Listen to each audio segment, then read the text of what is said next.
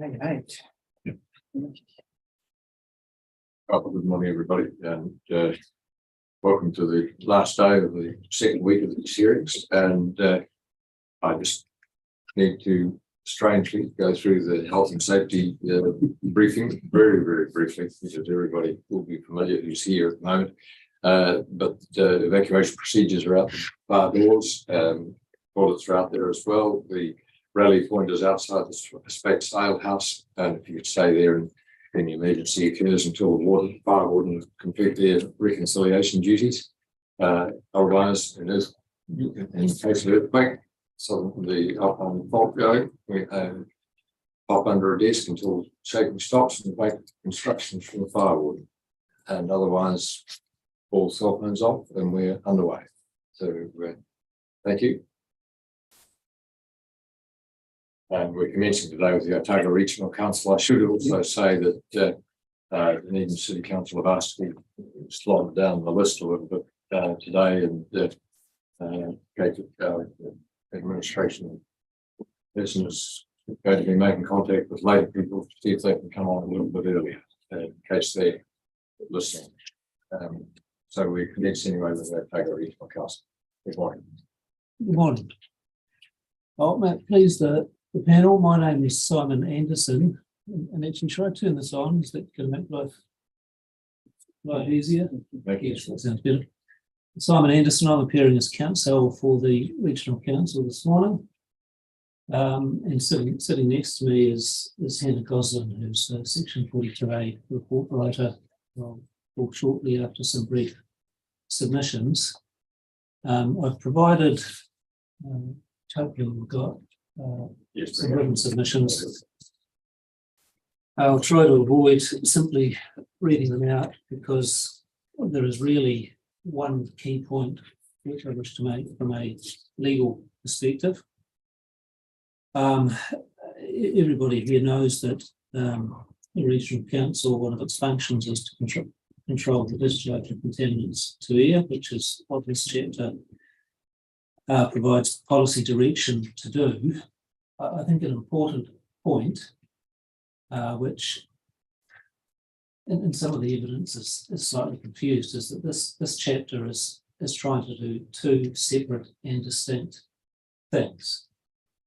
The first, which is objective one, is to achieve what I think of as a good general air quality. It's directed towards ambient air quality.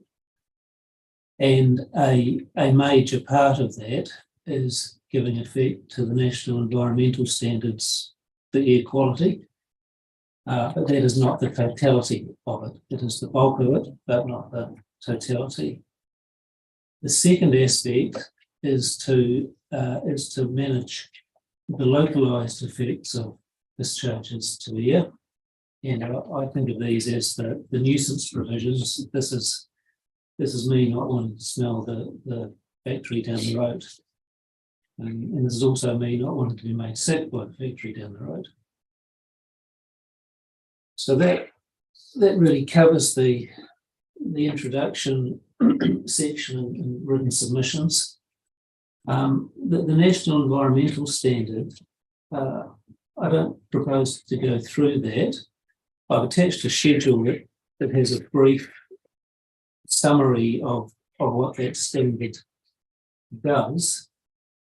I think it's important to note that that standard is a set of regulations made under the Resource Management Act, and it follows that regional policy statement must be prepared in accordance with that standard, among other things. I'll note also that it's a very prescriptive document. It prohibits certain things and sets certain standards and things like that. and it's quite comprehensive so far as ambient air quality is concerned. And the proposed regional policy statement, where necessary in the air chapter, references that standard, but it does not seek to replicate it. Probably the only other thing that's useful to note from that standard is that the region is divided into airsheds, which are essentially distinct areas within which ambient air quality is measured and managed. And in Otago, from memory, there are 23, I think, airsheds, and our air plan breaks those down into levels 1, 2, and 3. Level 1 is the airsheds, and I think Arrowtown was at the top of the list with the worst ambient air quality, and 23, which is simply the catch-all of the rest of the region, unsurprisingly has the best. It's perhaps worth also noting that one of the methods in the regional policy statement is a review of those airshed boundaries, because it's quite important to get them right, because the extent of development in areas changes over time. That review, I believe, has started, and it should have started, because the date in the RPS was last December to finish it, which will need to be updated. But anyway, airsheds are an important concept in that context, and I mentioned a couple of times in the chapter. So that leads to the next part of my submissions. Well, I wonder, Mr. Anderson, really just to, I see your summary of the NESAQ is very brief, and it might be good if you just walked us through that. That'd be great. The summary, yeah, sure. Yes. Yeah, sure.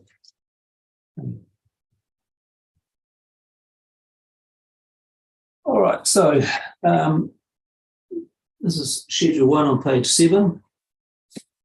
So first thing about the standard is that it contains various prohibitions and restrictions on discharges from activities like fires at landfills, burning tyres, burning bitumen, burning coated wire, burning oil, high temperature waste incinerators, but leaves open incinerators at schools and healthcare institutions if a resource consent's provided. In my understanding, that reflects that those were the things that were major contributors to bad air quality in built-up areas.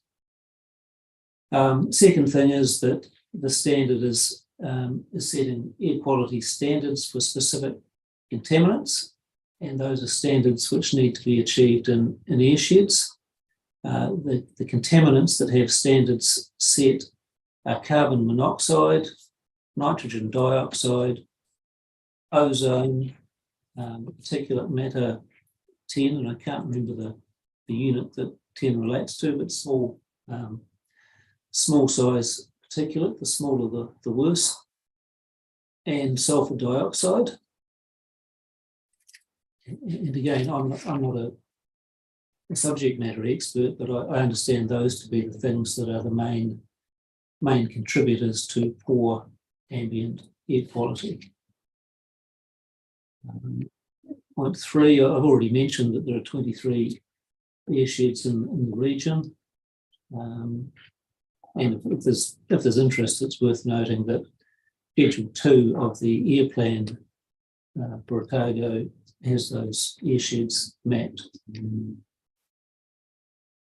Point 4, I think I've also already mentioned that in our air plan we've got 3 air zones, one being the worst, Alexandra, Arrowtown, Clyde and Cromwell, featuring.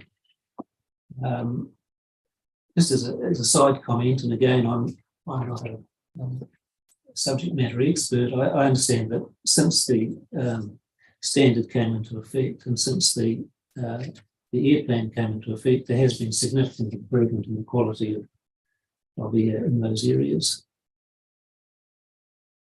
Point 5 is spelling out the the purposes of the standard, which is primarily to protect public health, and the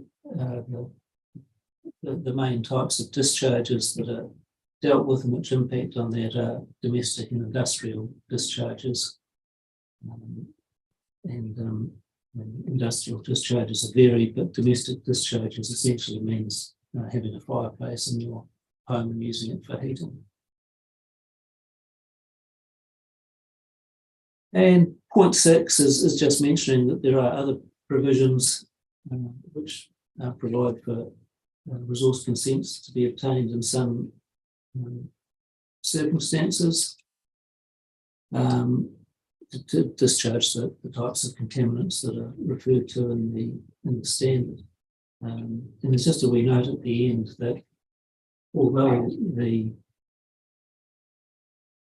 matters dealt with in the air standard are all directed towards ambient air quality, there is overlap with the nuisance driver in that certain things which are regulated because of their effect on ambient air quality on an individual basis can cause a nuisance in a localised setting.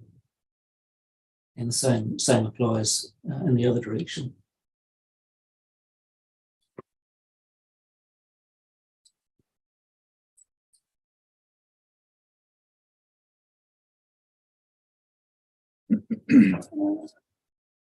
So that takes us back to paragraph 12 on page 3. And this section is dealing with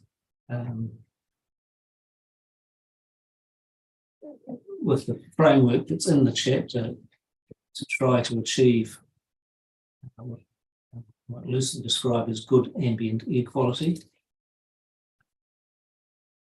Key thing is that all of the provisions directed to that end flow out of objective 1 and need to be directed towards achieving that objective. And so there's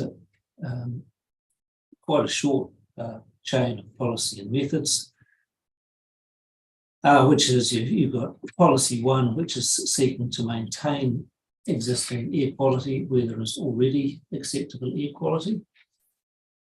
And just a point to note there, which is not in my written submission, where the existing air quality is better than that required by the standard, that better air quality is what policy 1 is seeking to maintain. We don't want to backslide where we're doing better than required by the national standard. And we certainly don't want to backslide where we're at the national standard and not much better. Policy 2 is about improving air quality where it is degraded. And the two aspects to that are setting limits and timeframes and prioritising actions to reduce concentrations of the small particulate matter. Just a point to note with policy 2 and the reference to setting limits and timeframes, standards in the air quality standard must be complied with. Those are regulations under the Act, and that must be done. It is open, though, to a council to set stricter or additional standards. I'm not suggesting that there is necessarily any intention to do so, but the setting of limits is something that could relate to the standard, or it could be a stricter limit that the council decides is appropriate. It could be in a particular locality, a particular airshed, for example, or similar. So there are only two policies that relate to that objective, and then we've got various methods. I've mentioned reviewing airshed boundaries. There's a requirement that ORC regional plans be prepared or amended by December 24 to do things relating to those policies. There's a method 3, which relates to territorial authorities and adding provisions to district plans by 2029 to do with the use of non-electric private vehicles and the spatial distribution of activities. There's method 4, which requires the regional council to monitor and report on air quality. And there's method 5, which relates to the use of other mechanisms and incentives to try to achieve the objective around ambient air quality. And my submission is that when you take those things together, you have a reasonably coherent framework which is directed towards achieving the specific objective of good ambient air quality. And so when considering evidence relating to individual provisions, in this chapter in particular, I think it's quite important to always be considering that which of the two overarching objectives it relates to. And for these provisions, that's ambient air quality.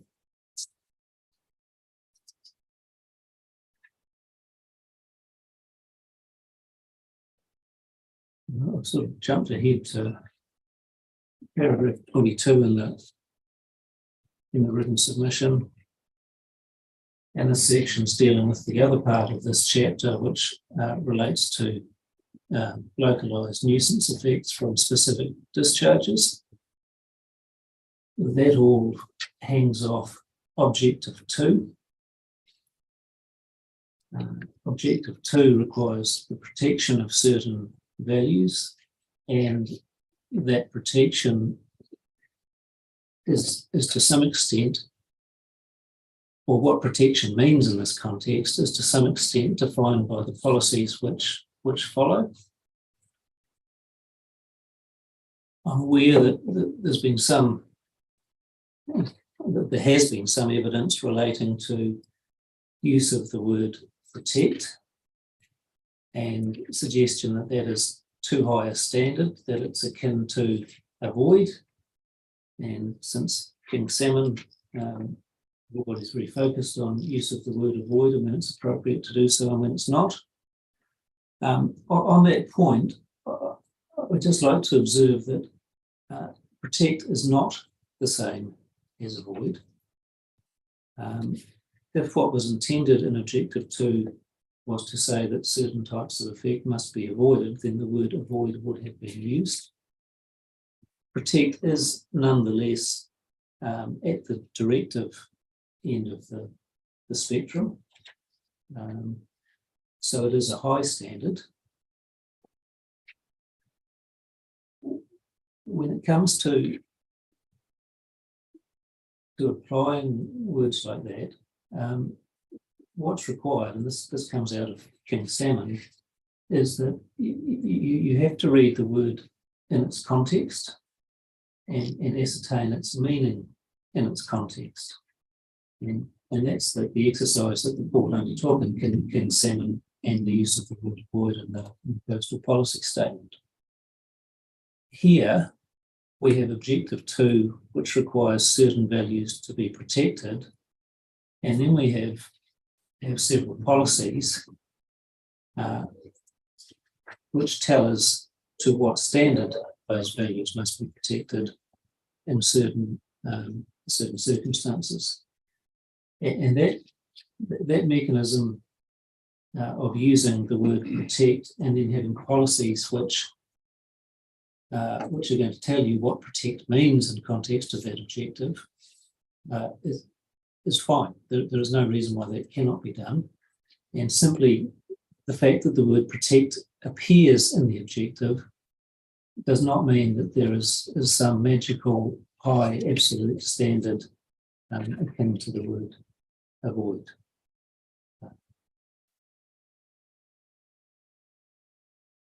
So just really quickly running through the policies.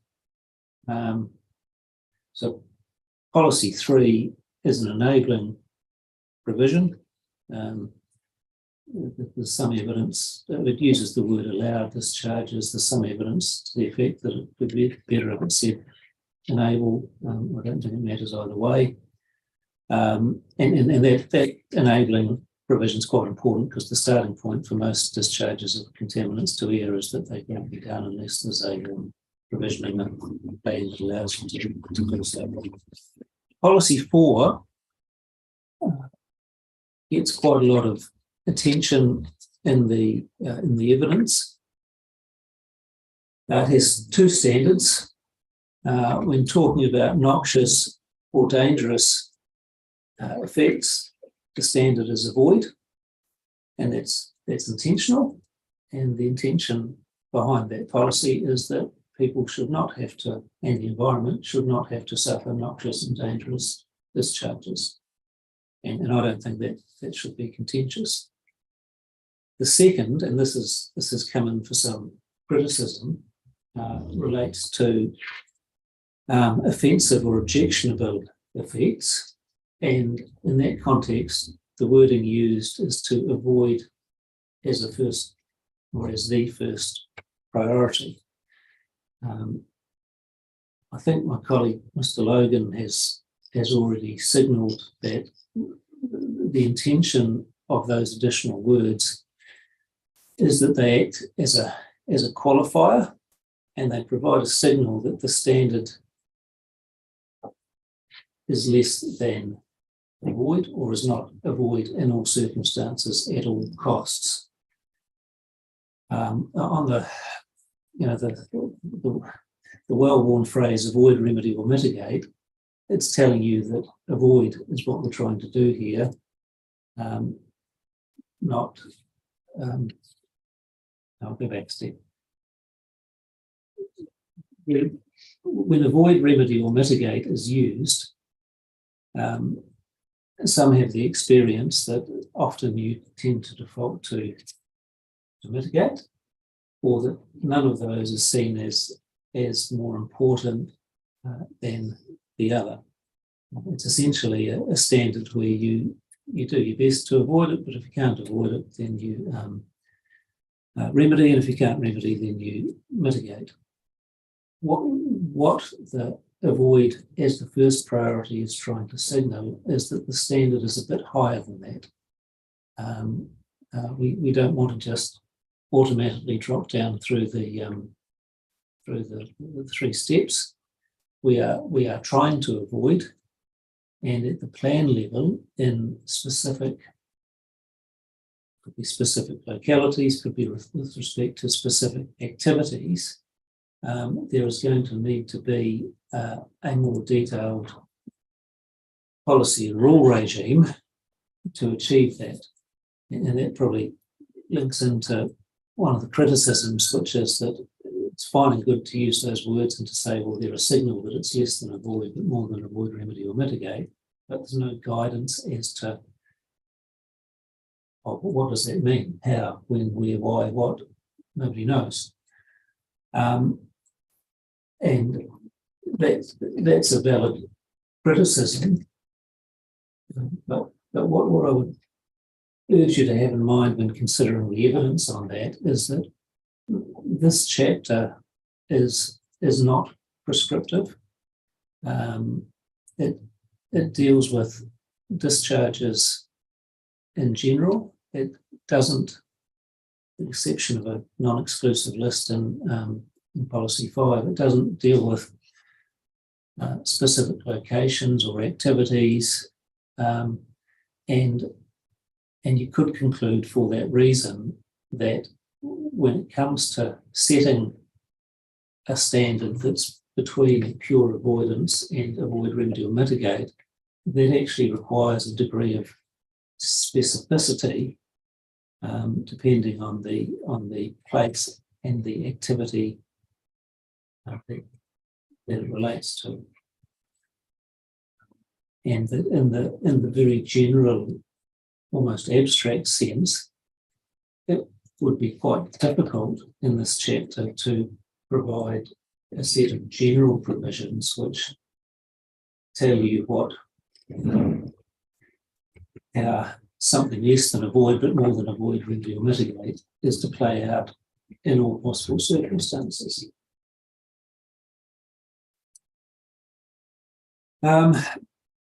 Another criticism of policy 4 is that offensive and objectionable is too subjective.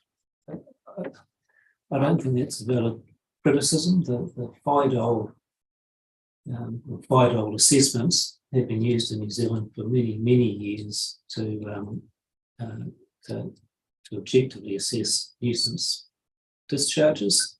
And I think if there was ever a provision in the plan that sought to deal with offensive and objectionable on the basis of the subjective experience of either the receiver or those in the receiving environment, that provision would not last very long at all before it got struck down.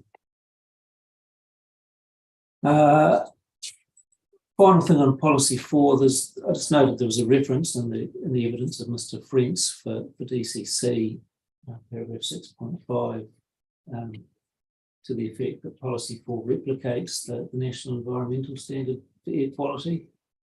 It doesn't, it's doing something completely different. The environmental standards about ambient air quality, this is directed towards dealing with nuisance effects on a localised basis.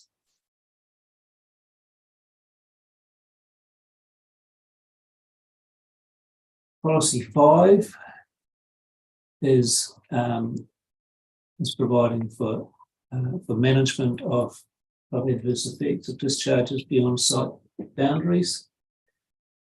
There's an obvious interplay between policy 5 and policy 4, and some of the evidence is critical of the two, and it's saying, well, policy 5 says manage and policy 4 says avoid, so which one are you supposed to do? I do submit that when you read those policies together, it's pretty clear that policy 4 informs policy 5. Policy 4 tells you that when you're managing those effects, certain things are going to have to be avoided as part of that management regime. It's perhaps also worth mentioning that without straying into the expert evidence as to reverse sensitivity and whether some express reference is needed, which has been a focus in some of the evidence, it did occur to me reading policy 5 that policy around managing adverse effects is most certainly broad enough to encompass managing reverse sensitivity effects. And you know, reverse sensitivity is a very well-known effect. It's an issue that crops up frequently. It most certainly does need to be dealt with. The interface between rural and urban being an obvious example. If this panel considers that a placeholder or a policy direction, make sure you deal with reverse sensitivity as needed, then policy 5 may be a place where that could happen.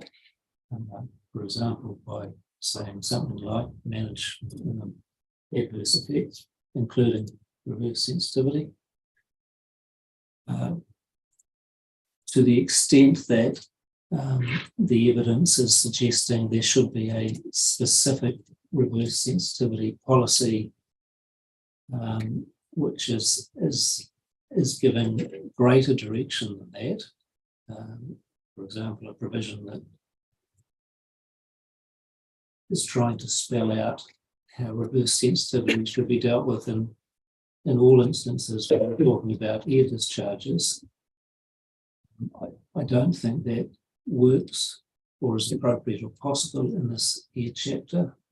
And there's this similar reasoning to that I mentioned before, which is that this chapter is the policy regime is at quite a high level. It's not specific to locations or activities. I think it would be very hard to give policy direction on reverse sensitivity at this level that you could be certain would work or be appropriate in all localities for all types of air discharge. I think it's sufficient that is left for the airplane.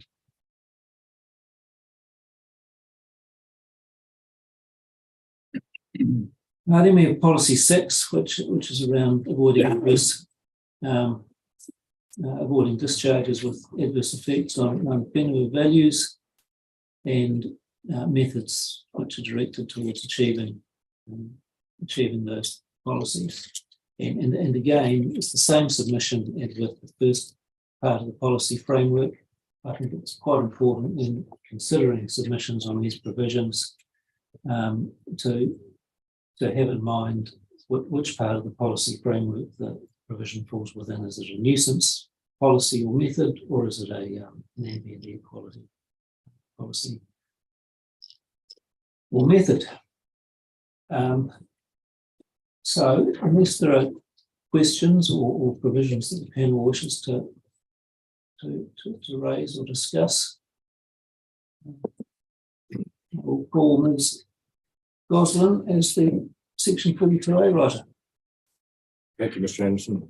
There may be some questions, so I'll just check.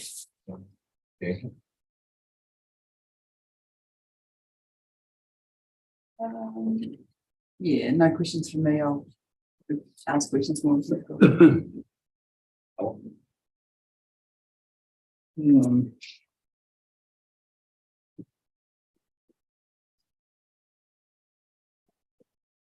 Yeah, I think my questions are probably more appropriate to Ms. Goslin. When I asked them, you may have some legal input into them. So maybe I'll hold off. Thank you. Yeah, I have one question. That's on policy 6, the mana whenua values one. I have to admit to not having focused on this much at all in preparation for the hearing, but the more I look at it now, the more the question arises as to just what these mana values are. Although said it, including Waihi Tupuna, Waihi Tapu, and Waihi Aoka, but I'm not sure whether you're the right person to throw this question, but if I look at this thing in a practical sense, what are we actually talking about? Two parts to my answer. The first is that it probably is. There are definitely. Sorry, Mr. Anderson, for some reason your microphone doesn't seem to be speaking there. Okay. Is that it? No, it's not. I've got 2 red lights on there for some reason. And It's normal. great. Sure. We just suddenly couldn't hear you. Is that right? I'm on stereo now. There are certainly expert witnesses better qualified to answer that than me. The short answer from me is that, and this is probably an answer in itself, on the face of this provision, I don't know. And I think it's probably a little bit similar to some of the other policies that there is going to need to be greater clarity. Those values are going to need to be identified, because if you don't identify the values, it's very difficult to know if you're avoiding effects on them. And I expect that mostly falls to happen at the plan level rather than the policy statement level. And I should just add that I haven't checked them, or at least not recently, and I can't remember what they say, but there are definitions which link to this policy, which would provide some further guidance. And just one other question, and it's just a matter of curiosity really. On the airsheds, you say that Arrowtown airshed is number 1, airshed 1. is the one most, I'm looking for the words that you use, most at risk of pollution? Oh, it was actually, it was in fact the most polluted at the time the airsheds were defined. Level 1 was the airsheds which had the highest level of pollution, and they are generally the places where in winter fires were used for, still are to some extent, used for heating. And so in those airsheds, a major focus has been to use alternative heating methods and to use cleaner burning appliances. Yeah, thanks a lot. So just while we're on that topic, and just in practical terms, has that meant in places like Aratown and the like that open fires are completely verboten, and that everything has to be on complying methods of burning wood? I can't quite remember off the top of my head. I believe there are places where the position is no new open fire. Certainly no open fires.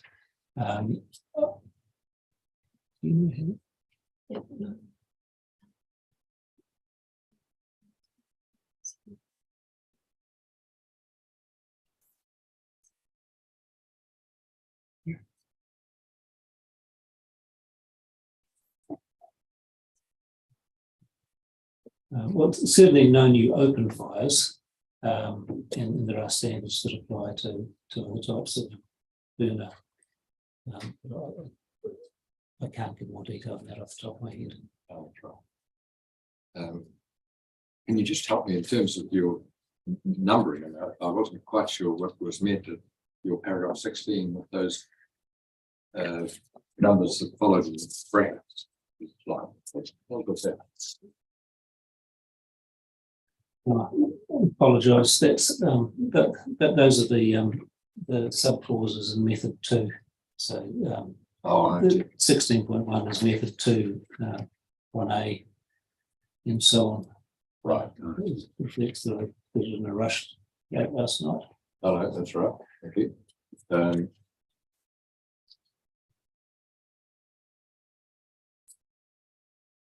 Thank you for the oral additions that you made, which were actually very valuable as far as I was concerned. The first priority type approach, is that something that you've seen broadly in any other plans or policy statements? No, it's not. Well, I hesitate to say that somebody involved in this process gets the credit for being the first, an original and creative thought, but it's certainly the first I've come across it. I have been involved in discussion on it in a different chapter, and I can't remember the detail, but the genesis of it was, we want to say avoid, but we want avoid to have what some people think of as its more ordinary meaning, i.e. avoid doesn't mean you avoid all the time in all circumstances. And that wording was formulated and intended to signal that we really are trying to avoid here, but we acknowledge that it's not going to be possible or practicable in every single circumstance. I have, well, it would surprise me if there's not a better way of expressing that. It just hasn't happened to come to me in the past 24 hours. Yeah, I mean, it's caused a reaction, and you would have been aware of that in terms of the concern that arises amongst the user part of the community because of the New Zealand king salmon cases, and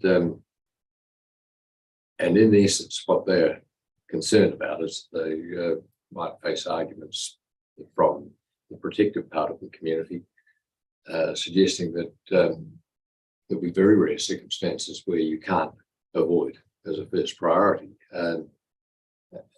So I found your the way of expressing it orally to us today very helpful in terms of trying to hit that three-step type approach, really, as between avoid, remedy, mitigate. And but it did occur to me as you were speaking that conceptually those concerns, what you're really saying, if I heard you correctly, and do correct me if I'm wrong, was that in reality, the message that the IPS is trying to send out is just that there is that third approach open. We're not closing the door on you, user community. We're allowing the door to be open, but we want you to be aware that avoid is still a very high priority level, and not just the normal three-step avoid, remedy, mitigate. It seemed to me that concept could be, and the concerns that it give the use of the word avoid give rise to, could be overcome by just a very simple introductory phrase, word of manage, by avoiding as a first priority the adverse effects or the effects, whatever it might be, for a particular provision. Yes, I agree. You comfortable with that? Yes, let's make sure. Because it's to me, just taking that one little step extra is sending a message to the public, user community in particular, that this is not a shut door use of the word avoid, but you are on notice that in managing the effects, we are going to be looking at avoidance at a very high level. Yes, I still agree that that is quite an elegant way of dealing with it. Thank you, Mr. Anderson. Found your submission very helpful. Sorry. Yeah, I'll let you- it did occur to me, I did have a question from Mr. Anderson, just adding on to that, avoid is first priority. It has been used before, have to confess I've used the foreign policy stuff, but more in the context of avoiding significant natural resources in relation to, as a first priority, network utility operators, etc., who sometimes have to go through that areas, but it's never, I haven't seen it being used as broadly as perhaps the RPS is looking at doing it. It has been used in that context, which is the question I was going to ask you, that I was trying to work out what it was before, and I had written it on your submissions rather than my notebook, was around the strict standards under the NES, and we've had quite a lot of debate that you might have been following around in the IM chapter with the priority decision-making approach, and whether that aligns with Section 5's more balanced approach. And what was exercising in mind there a bit was, well, if you're going to go down that track, you'd have to apply the King Salmon's sort of approach, that protectionism approach would have to relate to a particular place or environment that's at risk, like the government's done with water. So there'd be quite a Section 32 process around that. So my question in a legal sense to you is, if you want to exceed the NES standards that are kind of set because they're based on what this health science that we have to date, if you want to exceed that, would that be a similar approach you'd have to take to exceeding those?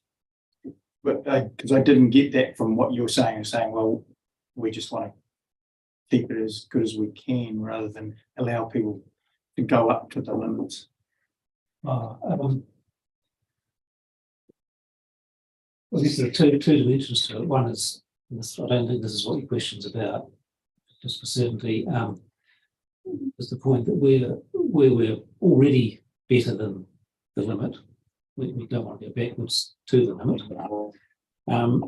Where there are limits, important context is that memory that standard dates back to 2008, I think, and it's not necessarily the case that the limits represent current best evidence in all cases.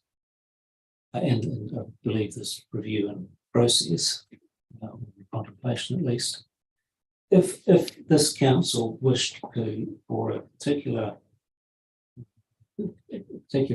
type of discharge, to set a limit which is higher or stricter than is found in the national standard, there would need to be an evidential base for that, as being something which achieves a particular outcome, presumably to do with human health. Yes. In terms of section 32. Yeah. I'm not sure if that Yeah, necessarily yeah. answers the question completely. Yeah, that kind of, because it's more that, and it's probably was buzzing around that maintaining where you have an airshed or there's a standard, we're down here. So if we're thinking of allocation, or you've got that much more before you become an issue. And this is the feedback we're getting is, well, that's way too tough because we need to discharge air in these environments to provide for our social well-being and all those things. So the minor effect issues cause some problems, and so if we've got capacity there, surely we can go a bit higher. I guess that's what they're saying about saying it in a way. And it's weird how can that be justified, I guess, when there is a limit and we're near it and you're maintaining rather than allowing. And it is a degradation of the existing air quality, but it's still not to a point where alpha amenity values are affected. You understand what I'm saying? Yeah.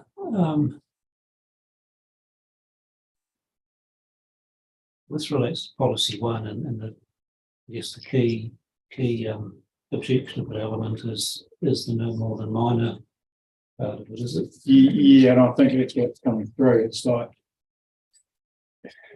it's applying to ambient air quality, which is our airshed sort of scenario. So what it's saying is, well, if we're below that, we have to maintain that. And you're only allowed to discharge if it's no more than minor, which is barely raising. But what they're saying, the submitters are saying, well, there could be quite a lot of allocation in there that we could probably discharge until we are anywhere near having an adverse effect or a significant adverse effect in terms of what drove that standard. I don't know if that's true or not. That's just what we've been told. So. Yeah, I understand your point that is an old regulation that's being updated. So I guess that's a cover-all in that circumstance as well, if those regulations do change. It's quite difficult in the abstract because if your air standard is at a level which, if your goal is human health and the air standard is at a level which simply says there's no issue, there can be no issue, everybody will be healthy if you meet the standard. And there's no real reason why you should have to go beyond the standard because it achieves nothing further, as a matter of fact. But this is simply a policy that doesn't attach to any particular factual scenario. I guess it's kind of the cumulative effect thing, isn't it? It's the numerous people come along looking, well, we've got that allocation, so we can bang, bang, bang, and then suddenly you're up near it. Yeah, and if to use that example, if your quality setting or limit is, well, that's pretty good, but if you go beyond it, that's even better. So at this level, the population will be pretty healthy. At this level, the population will be even healthier. You would think that just because we have that capacity between the limit and where we've actually managed to get ourselves to, we don't want to be backsliding. The key thing about it is that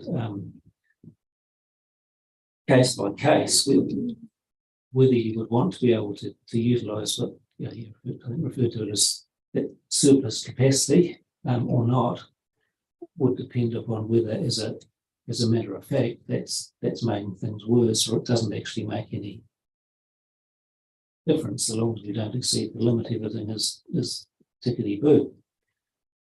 In terms of how this policy is written,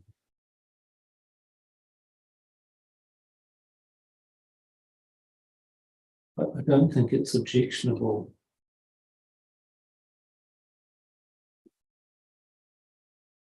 to say that where we have achieved air quality at a particular level, we do not want to make it worse.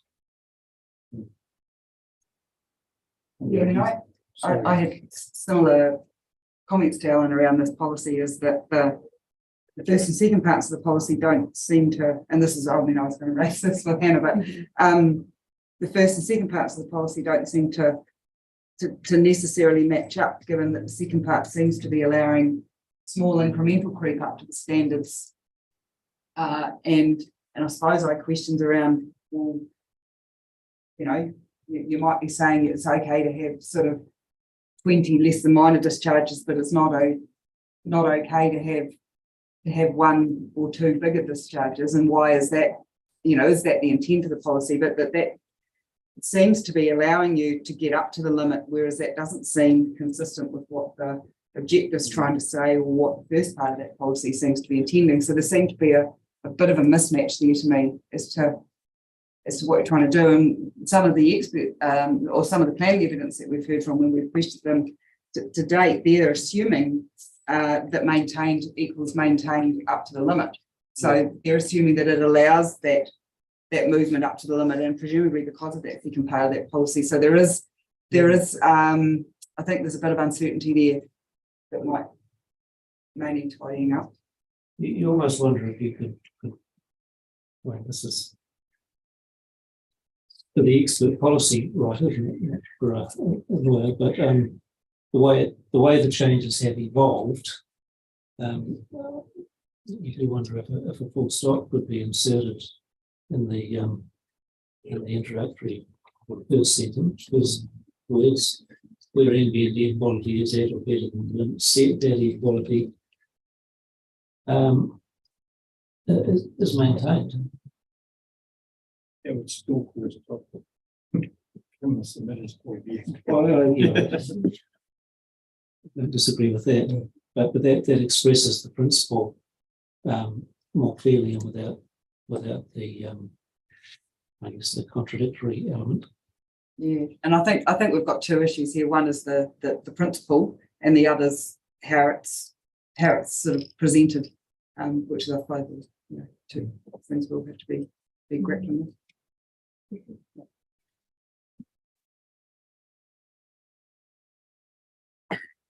Thank you, Mr. Anderson. Thank you.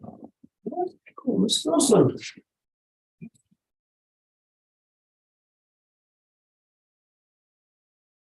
Morning. Well, My name's Hannah Gosling. I'm the reporting officer for the air chapter. I've prepared an opening statement, which I'm going to read through.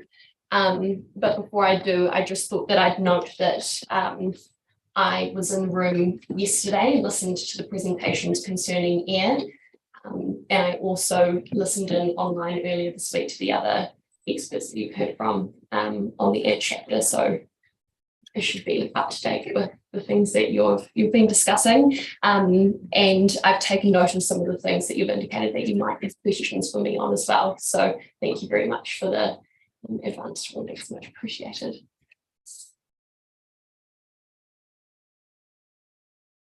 This statement provides an update on my understanding of the key issues related to Chapter 7 air since I prepared my Section 42A report and supplementary evidence on this topic. I consider the outstanding issues on this topic can be grouped into two main themes. Firstly, amendments sought to O2 to P6 in particular the appropriateness of the term avoid, and whether a new policy, method, and amendments to E1 are required to address new sensitive activities near existing activities that discharge to air. If I have not discussed an issue considered in my section 42A report, I consider that either the issues have been resolved or the remaining issues are not significant. Amendments to Air O2 to Air P6. So Air O2 as currently drafted is to enable discharges to air where potential effects on human health, amenity values, mana whenua values, and the life supporting capacity of ecosystems are protected from the adverse effects of discharges to air. A number of submitters consider the outcome of protection sought in Air O2 to be unqualified and akin to a void, particularly when considered in conjunction with the avoidance of particular effects in Air P4 and Air P6. Submitters have provided varying iterations of Air O2. These range from retaining the outcome of protection with a qualifier, such as that sought by Ms. Taylor to ensure that values are protected from the localized effects of discharges to air, to deleting the outcome of protection and requiring adverse effects of discharges on values to be appropriately managed, such as that sought by Ms. Tate. In addition, as originally raised in submissions, Ms. O'Sullivan seeks human safety is included as a value which must be protected. This is addressed in section 7.6.3 of my section 42A report. I understand from the presentations of Ms. Tate and Ms. Wolfe earlier this week that there is general consensus among the planners for Fonterra, Horticulture New Zealand, Ravensdown and Silver Fern Farms in relation to the proposed amended wording for Air O2 set out in the rebuttal evidence of Ms. Wolfe. In my view, the key consideration for the panel is deciding whether the objective should retain the goal of protecting human health, amenity values and mana whenua values, whether the objective should be softened to include a qualifier to the goal of protection, or whether the objective requires redrafting so it relates more clearly, it should have there, to managing adverse effects. Air P1 currently seeks to achieve Air O1 and Air O2 by ensuring that ambient air quality is maintained where it meets or is better than limits set. The issues originally raised in submissions largely still stand. Ms. Tate and Ms. Taylor remain concerned about the appropriateness of the future regional airplane to set limits for air quality. This is addressed at paragraph 8 of my supplementary evidence. Air P1 also refers to no more than minor, which is proposed by Ms. Tate and Ms. Taylor. Mr. Place seeks the phrase no more than minor is retained and the deletion of the phrase and any limit is not exceeded. In my view, there is general support in the evidence for a policy to be included which requires air quality to not degrade below limits set. Air P1 is not intended to set a more stringent regime than that set out by the NES for air quality, and on that basis, the key consideration for the panel is to ensure the wording of this policy adequately reflects its intent. Air P2 applies to degraded ambient air quality and seeks its improvement. Mr. Place and Ms. Taylor seek further detail in Air P2 to determine when ambient air quality is considered degraded. Ms. Tate and Ms. Taylor remain concerned that clause 2 repeats requirements from the NES for air quality. This is addressed in section 7.8.3 of my section 42A report. Air P3 allows discharges to air provided they do not adversely affect human health, amenity values, mana whenua values, and the life supporting capacity of ecosystems. Ms. Wolfe considers Air P3 appropriately gives effect to amendments sought to Air O2 in evidence. Mr. Tuck considers Air P3 appropriately gives effect to Air O2 as per his amendments. Ms. Tate seeks that the term allow is replaced with enable. And Ms. Taylor seeks allow in Air P3 is replaced with provide and managed. I have addressed this in section 7.9.3 of my section 42A report. Air P4 seeks to avoid discharges to air that cause noxious or dangerous effects and to avoid, as a first priority, discharges to air that cause offensive or objectionable effects. The issues originally raised in submissions on Air P4 largely still stand. Some submitters prefer outright deletion of the policy as a whole. Some submitters agree that noxious and dangerous effects should be avoided and seek less stringent direction for offensive or objectionable effects, such as to avoid, remedy, or mitigate such effects, or deletion of the terms offensive and objectionable. Primarily, this is cited as being due to the subjectivity associated with determining offensive and objectionable effects. Ms. McIntyre considers ERP4 does not provide sufficient clarity of the approach to be taken in the event avoidance as a first priority cannot be achieved. Ms. Taylor considers ERP4 can be redrafted to retain the intent of the policy whilst ensuring the potential issues associated with the term avoid do not occur. In my view, there is some general agreement in the evidence that discharges to air that cause noxious or dangerous effects are to be avoided. However, there are differing views as to how offensive or objectionable effects should be managed or not at an RPS level. ERP5 requires the effects of discharges to air from a range of activities to be managed beyond the boundary of the property of origin. Ms. Taylor seeks deletion of the phrase beyond the boundary of the property of origin. ERP6 requires avoidance of discharges to air that adversely affect mana whenua values by having regard to values in areas of significance to mana whenua. Ms. Wharf seeks deletion of ERP6. Ms. Tate is concerned with the unqualified use of avoid and seeks the threshold of adverse effects revised to significant if the direction to avoid is retained. Ms. Taylor considers ERP6 can be redrafted to retain the intent of the policy whilst ensuring the potential issues associated with the term avoid do not occur. New sensitive activities near existing activities that discharge to air. Ms. Wharf seeks an additional policy that avoids locating new sensitive activities near existing activities which are permitted or consented to discharge to air. This addition is supported by Ms. Tate. Mr. Tuck considers that unqualified avoidance sought by Ms. Wharf is unduly restrictive. Mr. Tuck proposes a new policy is inserted that requires the establishment of new non-rural activities near existing activities which are permitted or consented to discharge to air to be managed. Other amendments. Acknowledgement of lifeline utilities and regionally significant infrastructure in ERP3 and ERP5. Ms. Taylor is concerned that discharges from lifeline utilities and infrastructure are not provided for in ERP3 or acknowledged in ERP5. This is supported in the rebuttal evidence of Mr. Place, who prefers acknowledgement of lifeline utilities and infrastructure in ERP5. Reference to future development strategy in ERM3. Mr. Freeland seeks reference to district plans in ERM3 should be amended to refer to future development strategy under the NPSUD. This is opposed in the rebuttal evidence of Mr. Place. I'm happy to take any questions that you might have.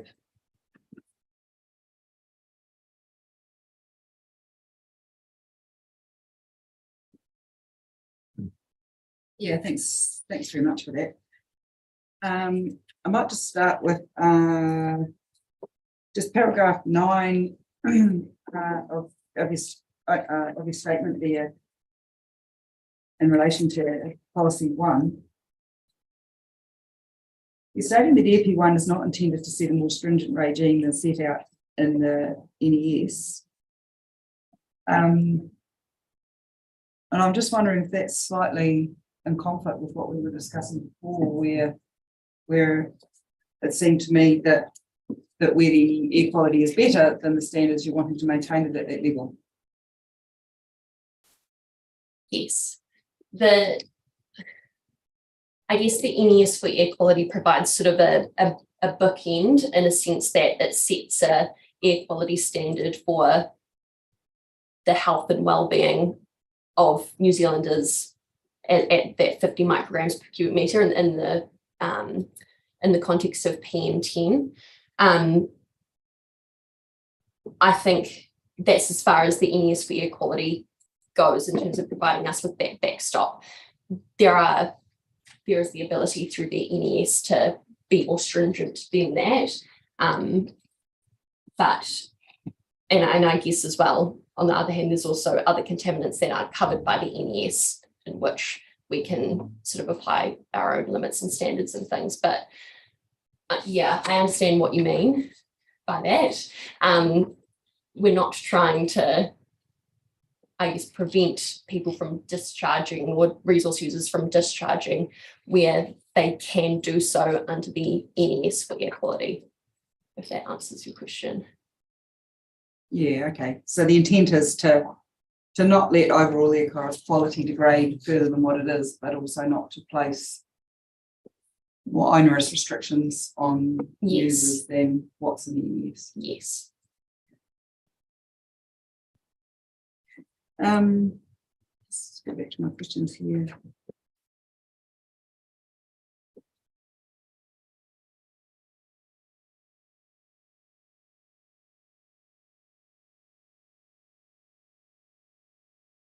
So I think some of my questions may have already been covered off today, but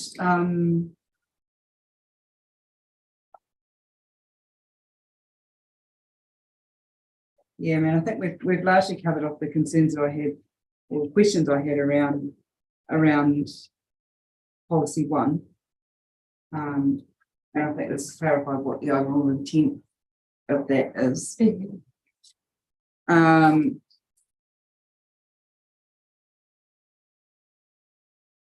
I think in terms of P4 and P5, Council did touch on that, because I did have a question around.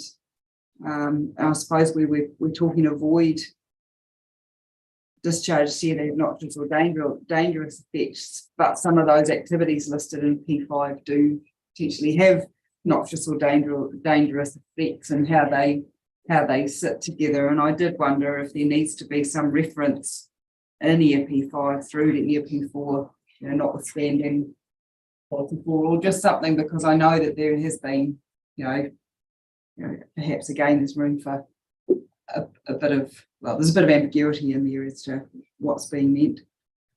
Yes, I think ERP5 is a bit of an outlier in that it sort of refers to activity specific things as opposed to looking at adverse effects or the level of adverse effects. I think that, and I was thinking about this overnight, but a drafting option that combines ERP4 and ERP5.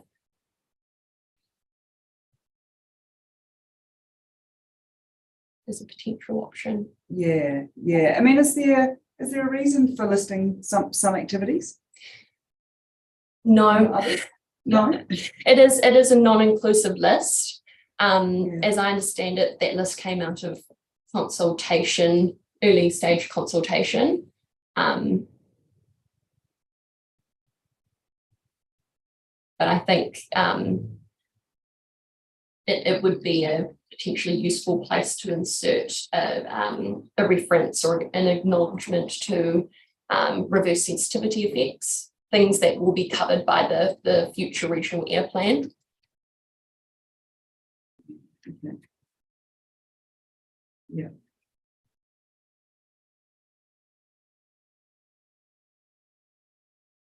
Yeah, and I think because there's a list and it's not exhaustive, you know, we have had submissions, evidence before us wanting additional points added in. So Yes. just so there's no avoidance of doubt, I suppose. So once you start a list, it's Yes. off it goes. Yes, large scale solid fuel burning devices and all that sort of thing, they are missing from that list. I acknowledge that. Yeah.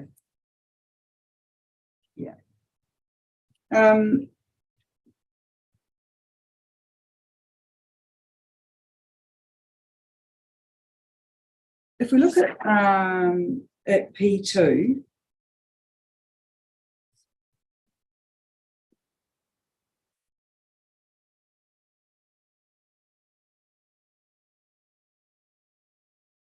I mean, just a couple of questions here. In terms of subsection 1, got activities and transport. Did it's transport and activity. I was sort of wondering why we need to specify transport as well. There are some specific methods that relate to transport.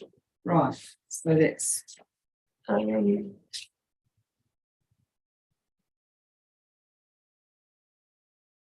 Clause 1 of M3. Yeah.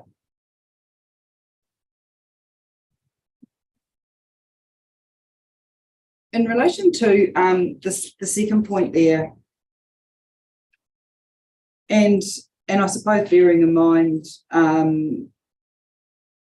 the regulations in the NDS around solid fuel burners, but by saying including phasing out existing domestic solid fuel burners, is the intent there that would also be phasing out existing clean burning? No, just those that do not comply with the standards set in the NES for air quality. So that actually, when you mentioned that yesterday, I went back and read through that drafting, and I think it could benefit by having some commas placed just to be clear that it is only those that do not comply with the standards set in the NES for air quality. Yeah, because I think the way it's drafted at the moment, it does. Someone could have put in an ultra low emission wood burner last year, and they'd have to take it out. Yes, which I suspect they wouldn't be overly impressed with. no, a good reason. Yes. Yeah. Okay, that's helpful. EP3. And I suppose again, it comes back to this protect, avoid, just the sort of language that's been used and whether the language is actually reflecting the intent of the policy. Saying allowed discharges to where provided they do not adversely affect human health, community values, non-offendable values, etc. Do not affect again is quite strong. Mm-hmm. And my understanding of air quality is that you sort of any discharge is going to adversely affect human health, and there's a scale of effects on human health at which we put a lid on what's acceptable through the NES. Mm-hmm. But I suppose when I look at do not adversely affect, I think how's that going to be interpreted or applied into a rule framework? Mm. Yes, I guess what I think about with this policy is that it points to in the future regional air plan there being a series of permitted activities for small scale things that discharge to air, either permitted or controlled or restricted discretionary activities, potentially. Mm. I do agree with you though. I think that the drafting could do with some refinement in that respect. I think it's more probably we've got an allow if it doesn't affect, and then quite strong language around sort of avoid or avoid as a first priority. And there's sort of, we've got P5 in here that says manage, but this sort of seems to be reasonably black and white as to what's okay and what's not, without a lot of guidance perhaps in between, in the way I'm reading it anyway. Mm-hmm. Yeah.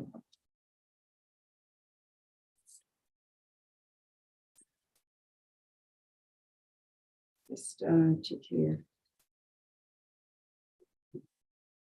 In terms of P6,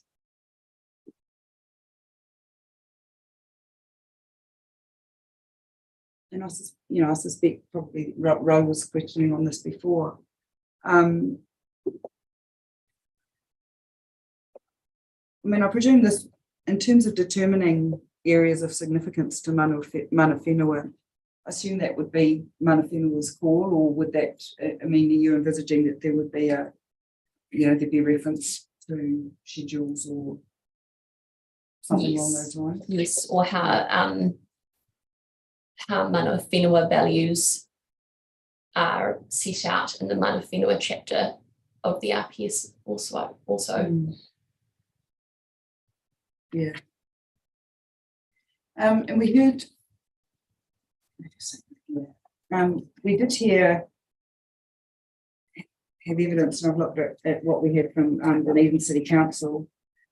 And you referred here to the future development strategy, lifelines and other amendments. I mean, do you have any sort of comments or recommendations in relation to that, or just what's in your 42A? Because what's my, I would just reiterate the points that I make in my 42A report. Okay. And I think my only other question was in relation to the EAR strategy. Yes. And we've had some evidence around that, and I did look it up too, and did know that there's no data on it, and so it's a little, I can sort of see where some of those where some of the submitters are coming from with that. And I'm just looking for where it's actually referred to here. It was in one of the methods, wasn't it? Yes. Yeah, here we go. Method 2. Yeah. Yeah. I mean, do you have any comments on that, or is there anything in that strategy that you think needs to be drawn out and incorporated here? Or I think so. As based on your conversations that you've had about the strategy, I did do some digging around when the next, because I think that strategy was prepared in mid-2018. There is another one that is programmed for mid next year in the long-term plan. I think having some reference to a strategy, a non-regulatory strategy that deals with air is useful there. Although I think the wording "give effect" could be amended to be more consistent with the wording that's provided in section 61(2) of the RMA, which is where I have regard to.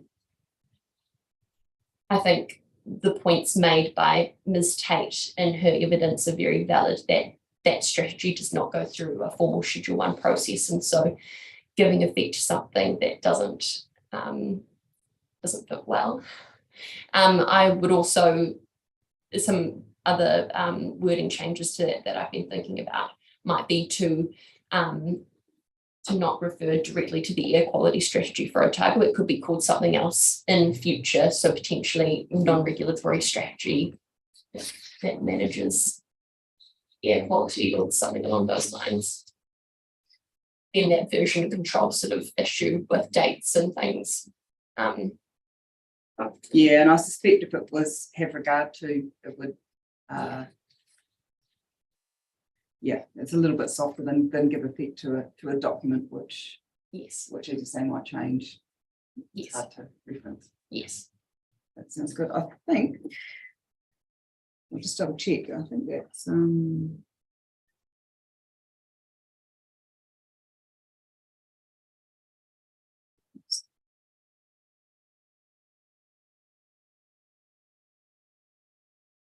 yeah, no, that's covered well here. Thank you. Yes, thank you, and thanks, Bianca. That covered a lot of what I was going to ask, and I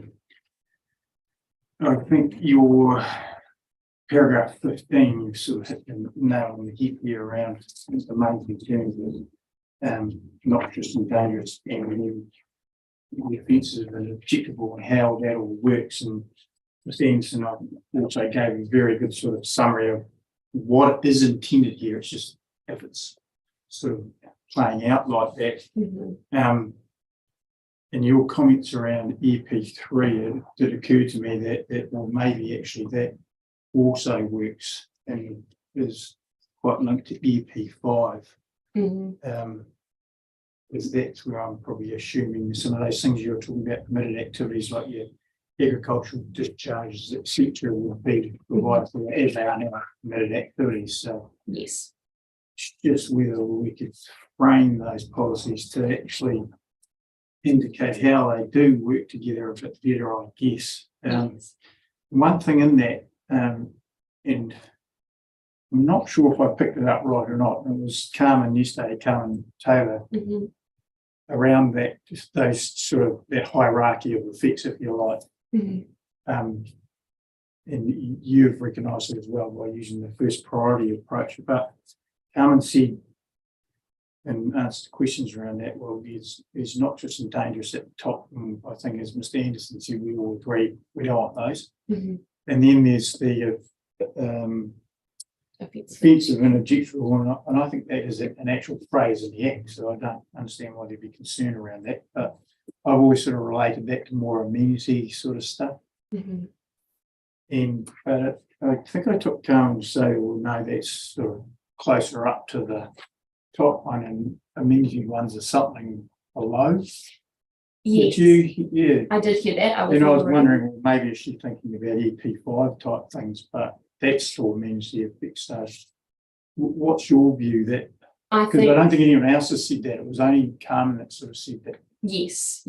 I think in terms of how she discussed the noxious and dangerous being at the upper end, and then it being offensive and objectionable, and then amenity values, I would agree with that. Although I think offensive and objectionable sort of overlaps with amenity values. I think offensive and objectionable are a range of other things, not just amenity values. So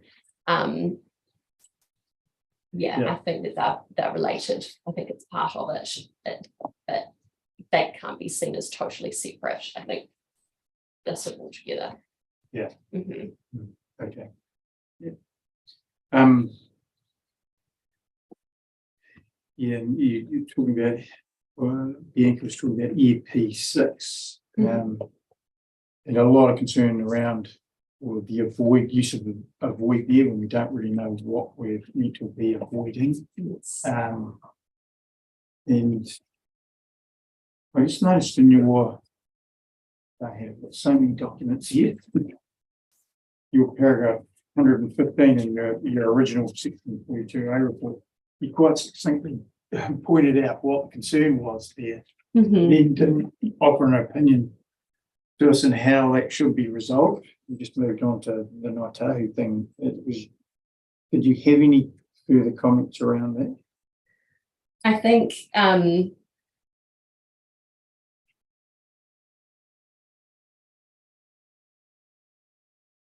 yes, you're right. I haven't. Yeah, I was wondering if you, because I do this sometimes, I haven't saved what I've written and lost the paragraph somewhere. Yeah, maybe went for a coffee afterwards. Yeah. Yes, I think certainly with the use of the term avoid, there needs to be a level of certainty associated with that use, and perhaps avoid in this instance because of that, I guess, lack of clarity, may not be appropriate, and could be something that's revisited by using other words, which would sort of in a way get you to the same place, but it just removes the association. I did wonder that, because we do deal with in Dunedin the Waihi Te Puna areas that have, in from a cultural landscape point of view, that's coming up next week. And people have concern around that, but how it operates here is actually not bad from what I understand. It's not anything to be scared of. Yeah, cool. And I'm just using avoid, and I think they do use that word also in cultural landscape things, where my experience with using resource consents in those areas and dealing with Ataha and Kainat, it's not a problem. It's quite, it's more around conditions addressing earthworks or those sorts of things. So it's never really been a weak scenario, because I think they recognise that some of these areas are, they're all privately owned generally. So I just wonder about that word and whether yes. And we had Sandra here the other day. We didn't talk to her about that, but it'll be an opportunity at some other stage to talk about that. Yes. Yeah. The only other thing I was going to ask you, being a born and bred potato, right? Mr. Henderson actually did kind of answer it anyway. In your paragraph 53, you say that ambient air quality is not great in Otago. It's really only in one or two little towns during winter, actually, isn't it? Yes, it But I would is. have thought overall air quality is pretty good. It is. It's just in some locations in winter when Yeah. wood burner use is at its highest. Sure that list. Milton is potentially in that list too, I would have thought. From an industrial perspective, some of those areas in Milton aren't too Yes. great, but Yes. so it's heartening to hear that since the regulations of that has improved. Mhm, Yeah, so the level of non-compliances or exceedance have reduced. mhm. I don't think I had anything else because I think we've covered it all quite nicely. Thank you. Thank you. I just have one question. Ambient air quality, is it just good, is it? Is there bad ambient air quality? Yeah. There is? Yes. Well, I asked because in the latest version of we've got AirP1, where red initially maintained good ambient air quality, but crossed out the word good. Yes. So that suggests to a layperson like myself that ambient air quality must just innately be good. Yes. I think there's yes. I guess there's a whole lot of subjectivity associated with the term good and what good ambient air quality actually means. So there was the redrafting that you can see there in the red is an attempt to, I guess, try and qualify what good ambient air quality is, because it became, well, through the evidence, submitters discussed that what good ambient air quality could mean to one person, it may not mean the same to another and such. So yes. Yeah, words like good and poor, like Yes. P2, improve, poor, degraded, so you cross out poor. Yes. Kind of stuff. There is a subjectivity there. Yes. Yeah. So the term degraded has associations with the National Environmental Standards for Air Quality and the polluted air sheds determined through that piece of legislation. Yes. Yeah. Yeah. Okay. Thanks very much. That's right. Few questions of clarification more than anything. And not necessarily ones that have been raised in evidence by submitters, but we look at here E1, the date there specified no later than 31 December 2022 already passed. It has. Yes. So what do you suggest we do about that? Well, as I understand it, the process is occurring or is about to occur for the council. That's something that I can investigate further and come back to you on. I mean, at the time this was notified, I was just thinking it was approximately 12 months or so. And, Yes. And is it just easier to avoid a date and have a phraseology like prior to implementing ERM2 and no later than say 12 months after the RPS becoming operative? Or is that too long because you've got possibilities of appeals? Yeah, I think ideally it would occur prior to the review of the air plan. At the moment, ERM2 requires that no later than the 31st of December next year, there needs to be an amendment to the air plan.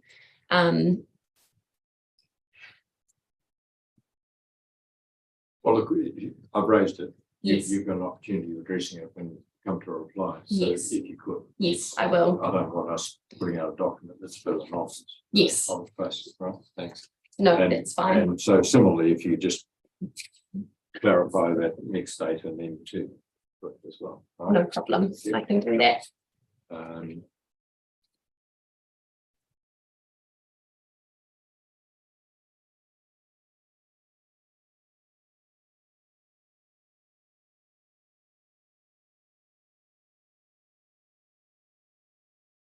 just help me if you would with M3. Mhm. And I'm just struggling with understanding what is what's active transport? Things like walking and cycling, Ah, electric scooters, maybe. so is that defined? I didn't get to check. It is defined. Yeah.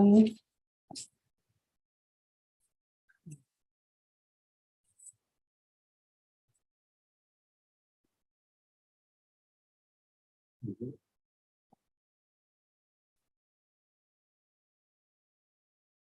So it's defined in the Oh, NPS for urban development. Oh, there we are, but it's in the box, means form of transport, involves physical exercise, such as walking and cycling, Mhm. mobility aids such as a wheelchair. Okay, thank you. The only other thing that I still struggled with, because I heard the exchanges between you and Bianca Sullivan about your paragraph 9 and saying that AFP1 is not intended to set a more stringent regime.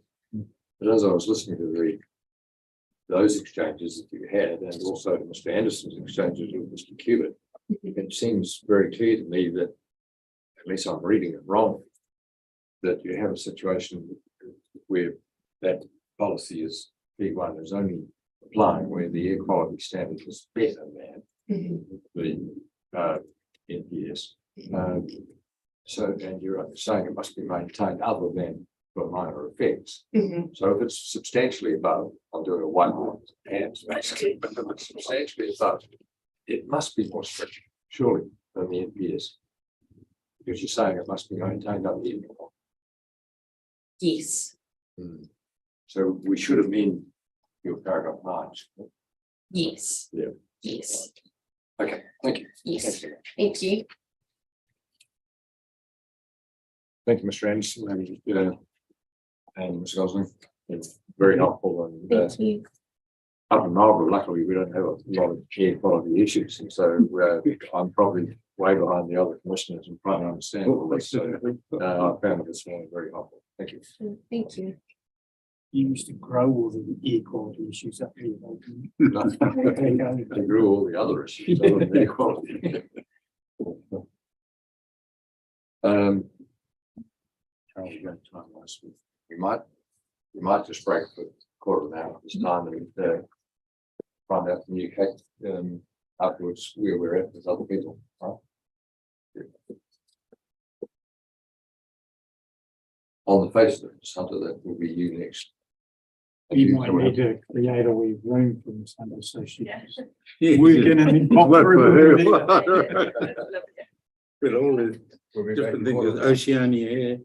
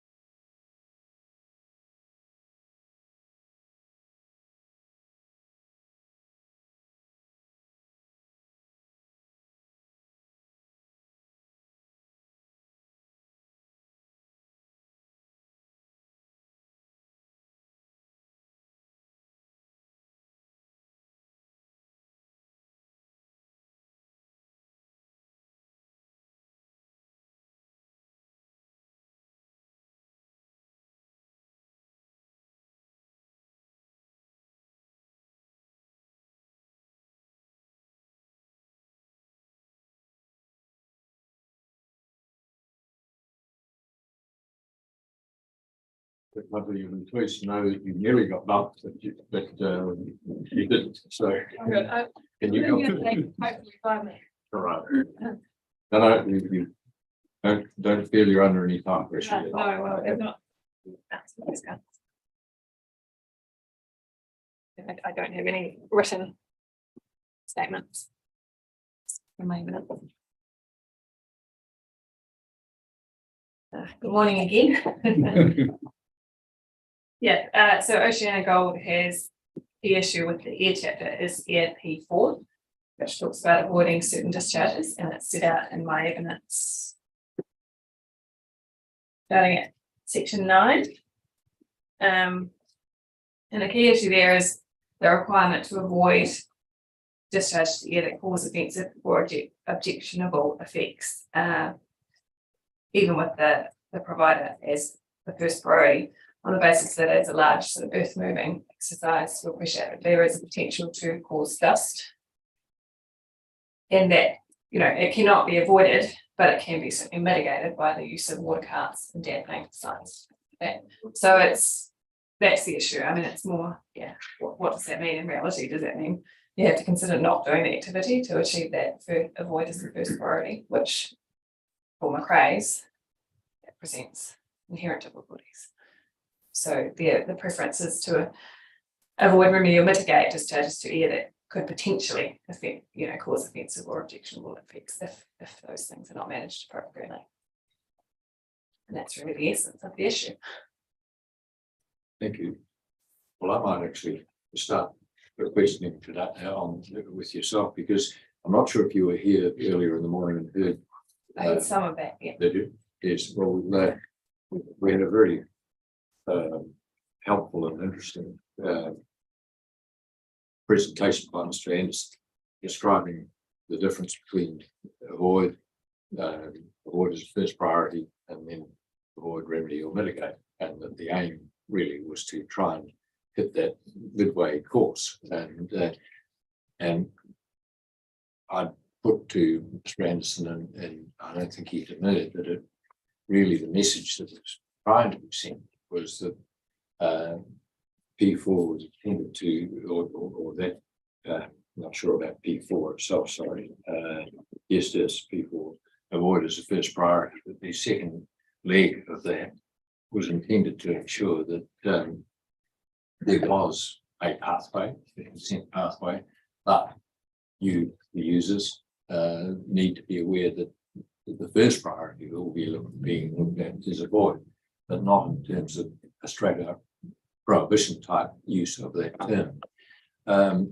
If we could work some wording, or if the council when it closes is able to work some wording along the lines, those lines, sending a message of manage, but with priority to avoiding as the first priority to try and hit that midway step between those three options. Are you comfortable with that? Yes, to an extent. I guess the issue with McRae's, go back to that, is that the activity can't be avoided. You know, discharge, there will always be a potential dust effect that can be mitigated but not avoided. So it's not clear how that would be worked through in a situation like that, where there's just no option to avoid the discharge, the potential effect from that discharge, but there are certainly ways to mitigate it. Right. And then the other point, I was just having a look at. But sorry, can I just ask you, just for absolute clarity in terms of P4, I take it that McRae's or Oceania's position is that those discharges are not noxious or dangerous. No, they might be objectionable though from a visual amenity type point of view. Yeah. If there are unmitigated dust discharges, for example. Indeed. So the issue really from your client's viewpoint is that consent pathway and the wording of avoid as first priority, because you say we don't fall within the avoid, if we're not noxious or dangerous, but we need more clarity. We need a consent pathway for the avoid as a first priority. Yeah, because coming back, there's always going to be a potential to have that effect. It's not mitigated at a silent.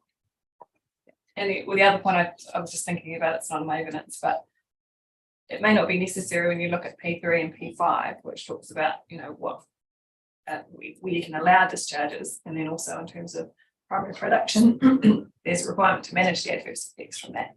So I'm not sure it's, when you look at those three, I'm not sure what P4 adds.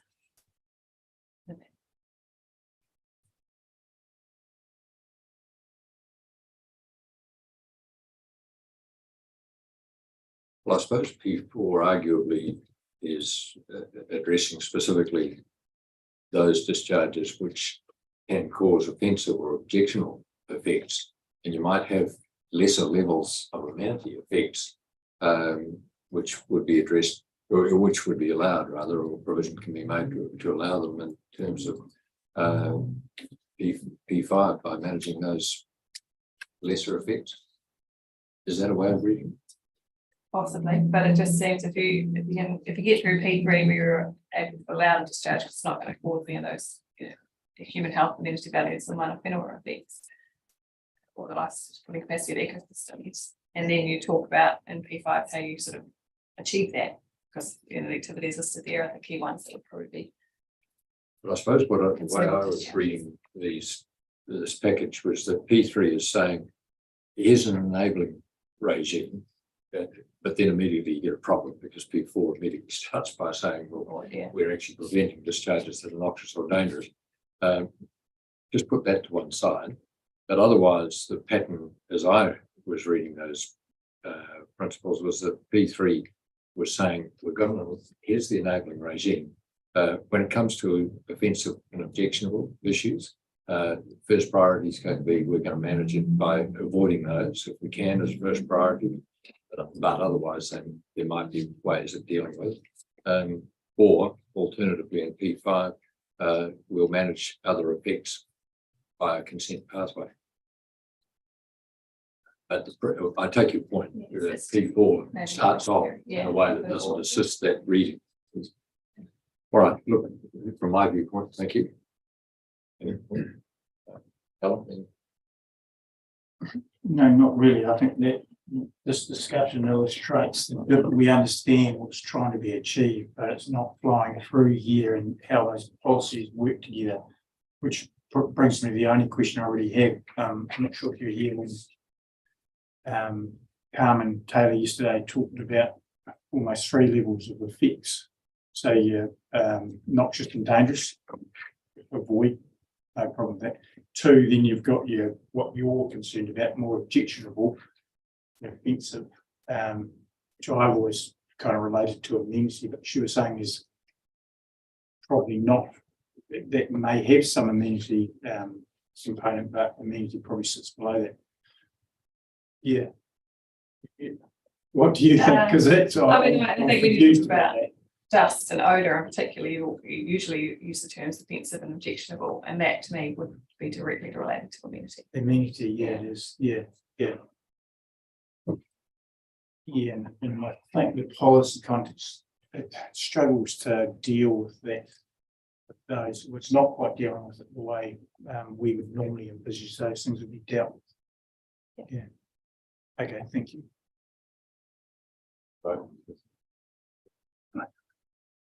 Just before you go, just following on that discussion with Mr. Cubitt, it just reminds me that I was just having a discussion with some of the commissioners a few days ago about the fact that in Marlborough, if I give you a good example of a historical situation where we had a timber manufacturing plant right by a river, right in the middle of town, which used to be in the country.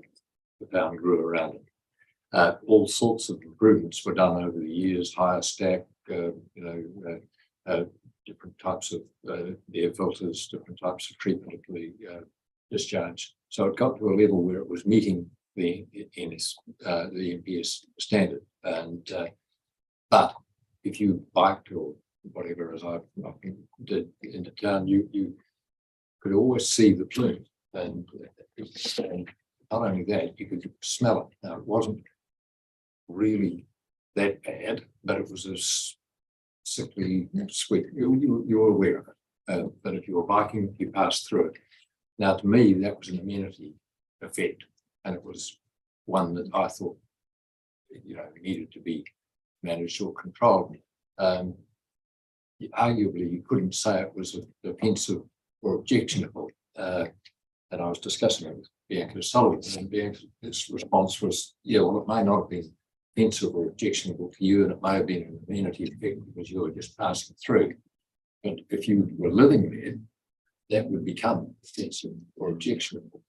And I just thought it was listening to your exchange with Mr. Cubitt, I just thought that was probably quite a good type of example where you can have some amenity effects that might be less than offensive or objectionable, but because of the visual aspect or the smell aspect, will be having an adverse effect on air quality. Yes, and I think, well, this is not talking about air quality, it is talking about offensive objectionable effects. And I agree, and I think in my evidence I've said that there is an issue with the subjectivity associated with that. So yes, in an expert assessment, there might not be an objectionable effect to the issues you were talking about, but to the neighbours, they might think that it is objectionable. And then that's where I guess the conflict is created. And any of the council might listen to complaints over time that are made, particular instance, and they might agree that it becomes objectionable at some point. Yeah. So there is just that subjectivity and that issue there, that terminology. Yeah. And avoidance, yeah. Thank you very It's much. a hard test.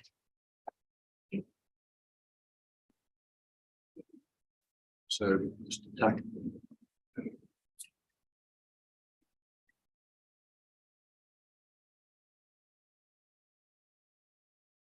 Mr. Tuck, are you online or?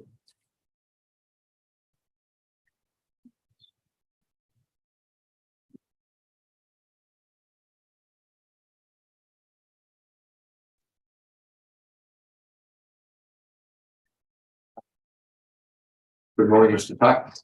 Can you hear us? I can. Good morning.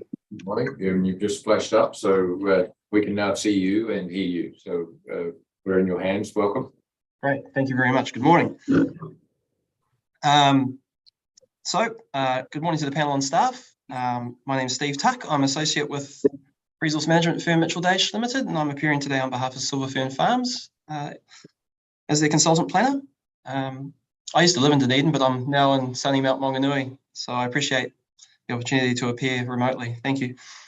I also just wanted to note that I appreciate the hearings administrator and panel authorising the consolidation of my week 1 and 2 appearances into this appearance. I hope that will prove to be efficient.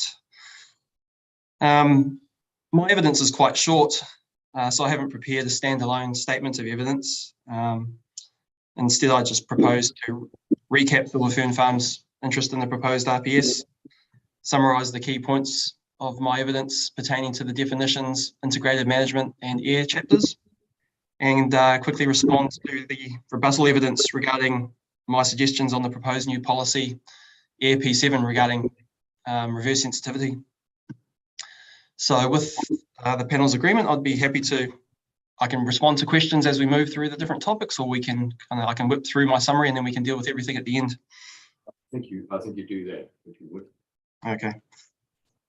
So just turning to my evidence, section 2 of my evidence, paragraphs 2.1 to 2.3, and particularly paragraph 2.2 sets out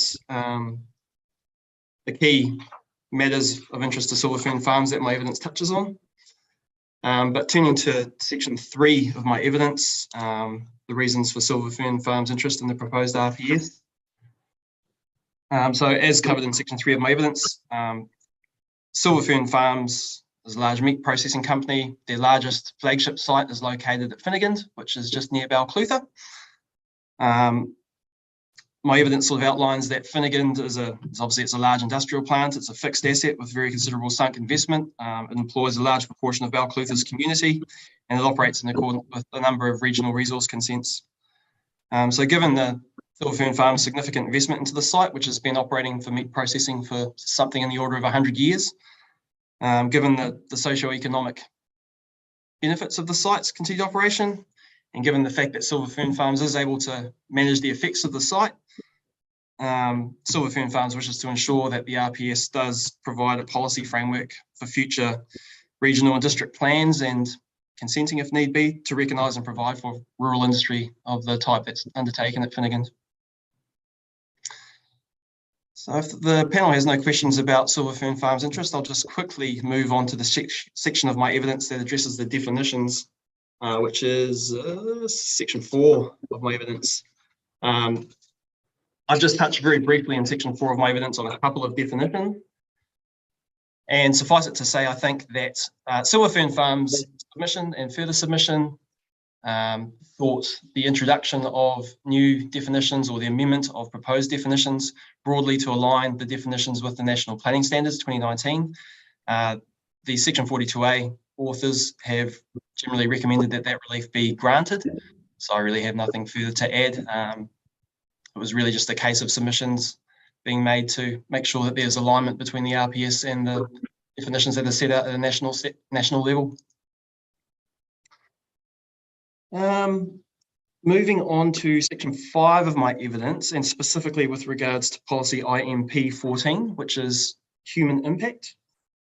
I've noted in my evidence my concerns about that policy, and I think, in short, I think it's fair to say that I'd prefer that that policy be deleted for the reasons in section 5 of my evidence, but just to comment that if it were to be retained, I consider that the policy does need some thorough revision. I think it should recognise that setting limits it should derive from national directions, and we know that some of those national directions are not yet really known, speaking to the future planning framework and national level directions like the future MPS for Indigenous biodiversity. I also think that if it was retained, the policy probably it would be beneficial for the users of the RPS if the policy were amended to more clearly express the scope of the policy that's set out in method, I think it's method IM M1 subclause 6. That method says that the scope of this policy is confined to ecosystem services and intrinsic values.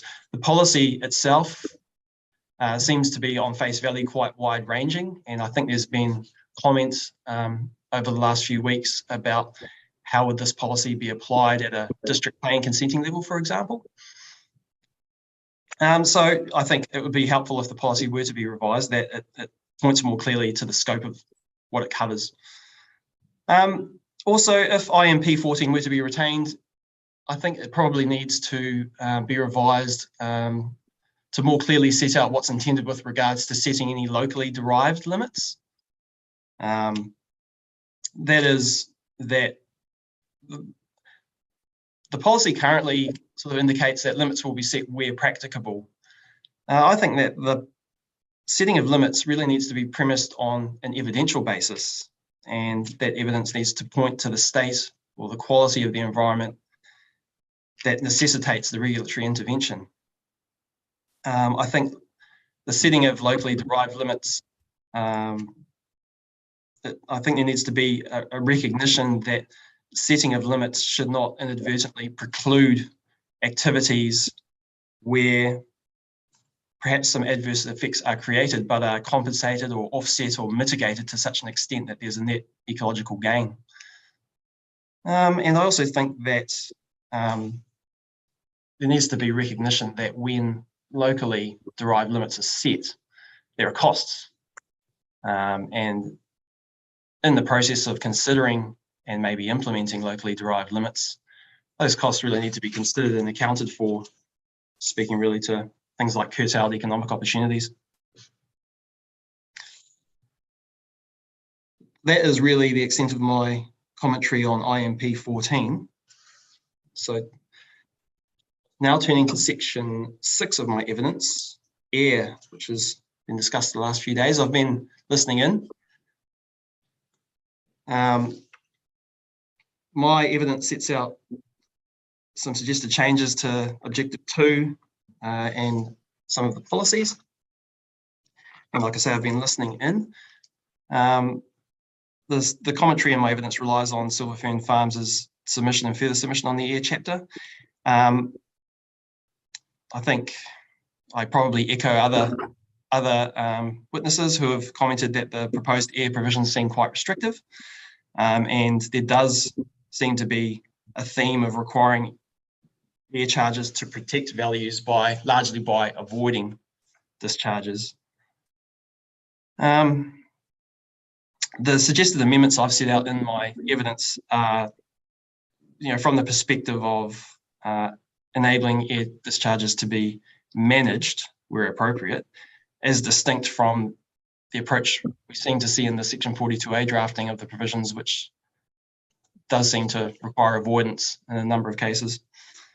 In paragraphs 6.1 to 6.5 of my evidence, I talked about my concerns with regards to objective air O2, and I suggested a provision from the Auckland Unitary Plan that might provide some guidance towards a more balanced formulation.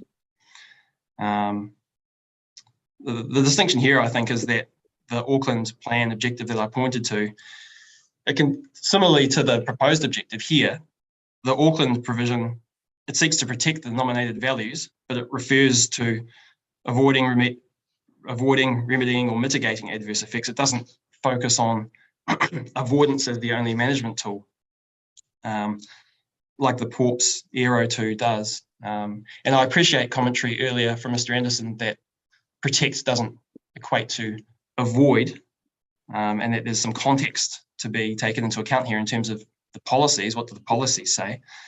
But I think that when we look at Air O2 in conjunction with the subsequent policies, I think that including some qualifying the term protected in Air O2 with some reference to the management of effects or avoiding, remedying, or mitigating effects would go some way to assisting the reader to understand that Air O2 seeks to protect values, and it will do that by avoiding in some instances. For example, I think it's objective, I think it's policy P4, which talks about the avoidance of noxious or dangerous effects.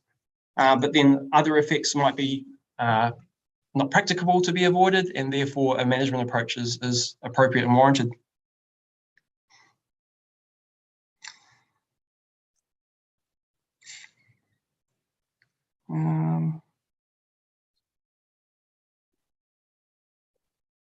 I also just wanted to pick up on something that Commissioner Sullivan said earlier this morning with regards to policy P3, which was the fact that the words in policy P3 allow discharges to air provided they do not adversely affect human health, amenity values, etc., etc.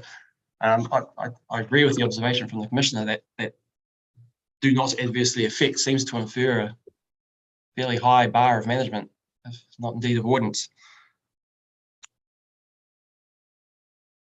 I think the point with Air O2 is that I'm not necessarily wedded to my suggested drafting, but the main outcome, in my view, of any revisions to the drafting should be that it needs to be clear that the objective is not operating as a de facto requirement to avoid discharges outright. And I think the air objective that I pointed to in my evidence from the Auckland Unitary Plan is an example of that. And there are potentially a similar objective in the Waikato RPS that might provide some guidance on that as well. With regards to Air P1, I just wanted to note that my suggested amendment was to take out the word only, because I saw only as reinforcing a theme, an avoidance theme, requiring discharges to be avoided in an unqualified manner and in the context of some unknown limits. I thought that obviously the RMA is not a no-effect statute, and Air P1, it relates to airsheds that already have acceptable ambient air quality. So it seemed to me that there is some sort of marginal surplus capacity potentially available to a greater or lesser degree, and that therefore there's probably some wiggle room for discretion and assessments. But the word only seems to remove the ability to exercise that discretion to some extent. I also, just listening in this morning, it seemed to me that in Air P1, there was some commentary from the council team about whether maintain infers that where the air quality is a good level that's above the NES AQ level or the accepted level, then maintain would mean that the air quality can't be reduced below that level, regardless of whether the reduction would still keep you above the required standard. But then there seemed to be a difference of opinion where Ms. Goslin was saying that the intent of the policy is to be relatively enabling, as long as industry is still above the required bottom line. So I'm just sort of, it's not something I touched on in my evidence, but it's come up over the last couple of days of hearing, and I just thought I'd touch on it because there seems to be some confusion around that. Moving on to Air P4, there's obviously been lots of discussion about that over the last few days. And my amendments suggested in my evidence, which is paragraph 6.6, paragraph 6.7. Again, my position on this is similar to the positions you've heard from other planning witnesses from Fonterra, Ravensdown and Horticulture New Zealand. Just that the formulation of the policy, I don't think there's necessarily any argument about the need to avoid noxious or dangerous effects, but the concerns are around what they avoid as a first priority clause with respect to offensive or objectionable discharges would work in practice.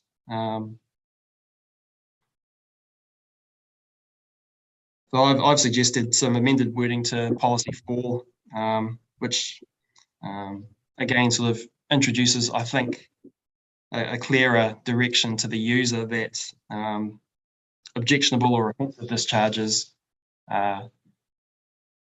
would go through the 3-step management hierarchy, as opposed to outright avoidance or avoid as a first priority. I think the ultimate outcome is the same, whether you say avoid as a first priority or whether you say manage or avoid, remedy, mitigate.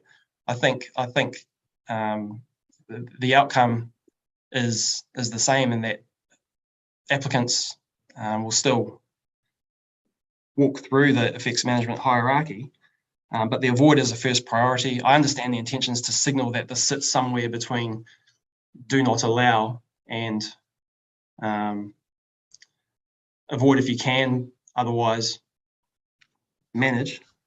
I think it would be helpful perhaps if the more familiar language that's been used over the years in this resource consenting system would help to remove some uncertainty around how to interpret that policy. The only other thing that I was going to touch on in my summary was this proposed policy Air P7, which Lynette Wolf from Horticulture New Zealand suggested, and which I supported with a slight tweak on the wording in my evidence. So the first things to note that, I agree with Ms. Wolf about the fact that she discussed the other, I think on Wednesday, that it's important to have this kind of guidance in the RPS because plans need to give effect to the RPS. So prima facie, I think there's a place for this kind of guidance within the RPS. My formulation of the policy slightly differed from Ms. Wolf's, in that my starting point was to manage rather than avoid the establishment of new sensitive activities.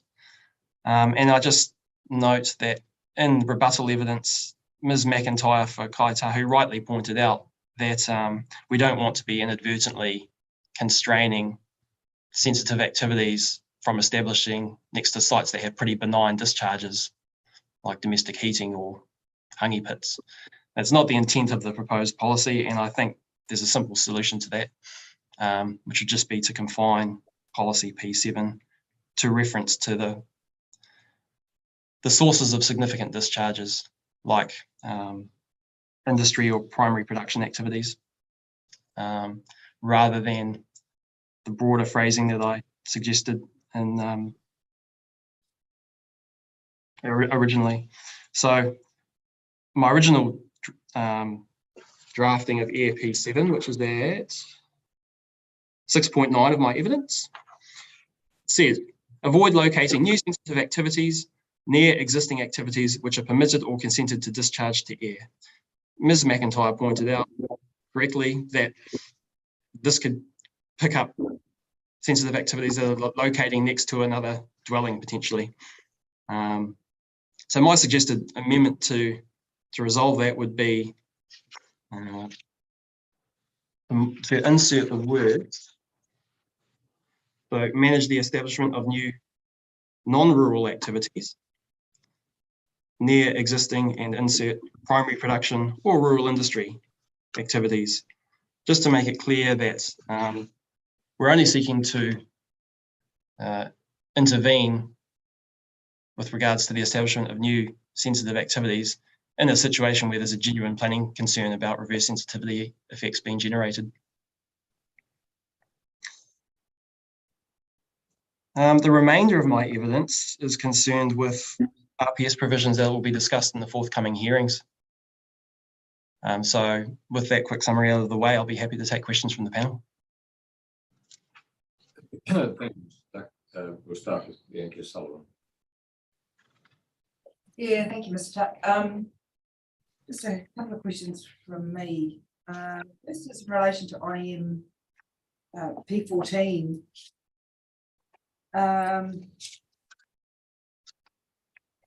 And you know, I take your concerns around limits, but I suppose, and I'm sort of thinking back over my career, and particularly a lot of the work that I've done in Canterbury, where, you know, initially air quality was a massive issue.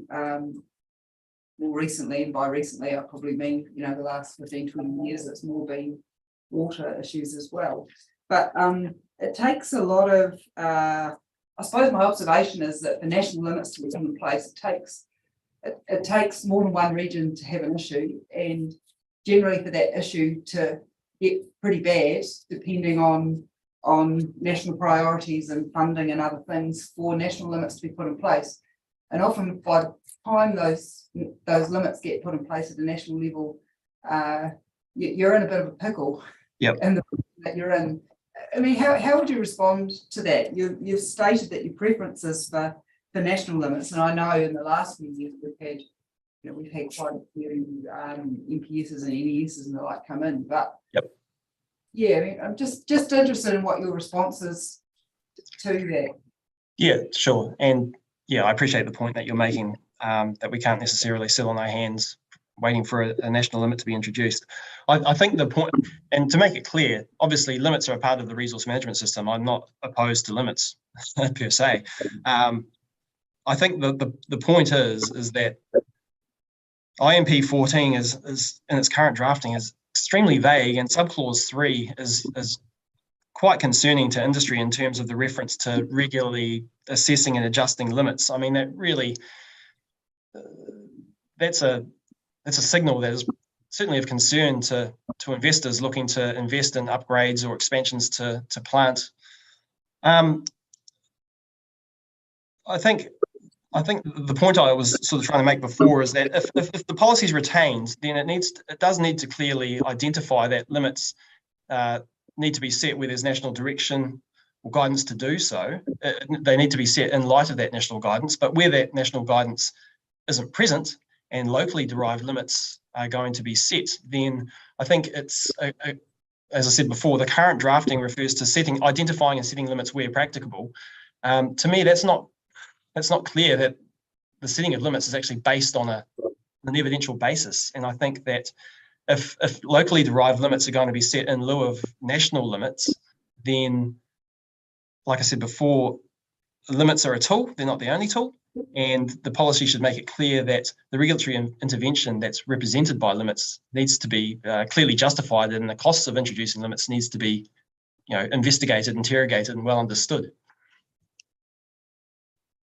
Yeah, no, I take your point on that, and I suppose I sort of having been in some limit setting processes in the past, I just sort of have an assumption in my mind that it is done based on quite rigorous amounts of assessment and analysis and and it is a strong evidential basis for it. But I mean, yeah, take the points actually.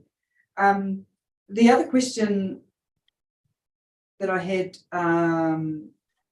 was just around the proposed EAR P7. Yes. And we heard, I don't know if you heard ORC's counsel this I morning. did. Thank you. Yes. One of the comments he made is that he considered that P5 was broad enough to cover reverse sensitivity.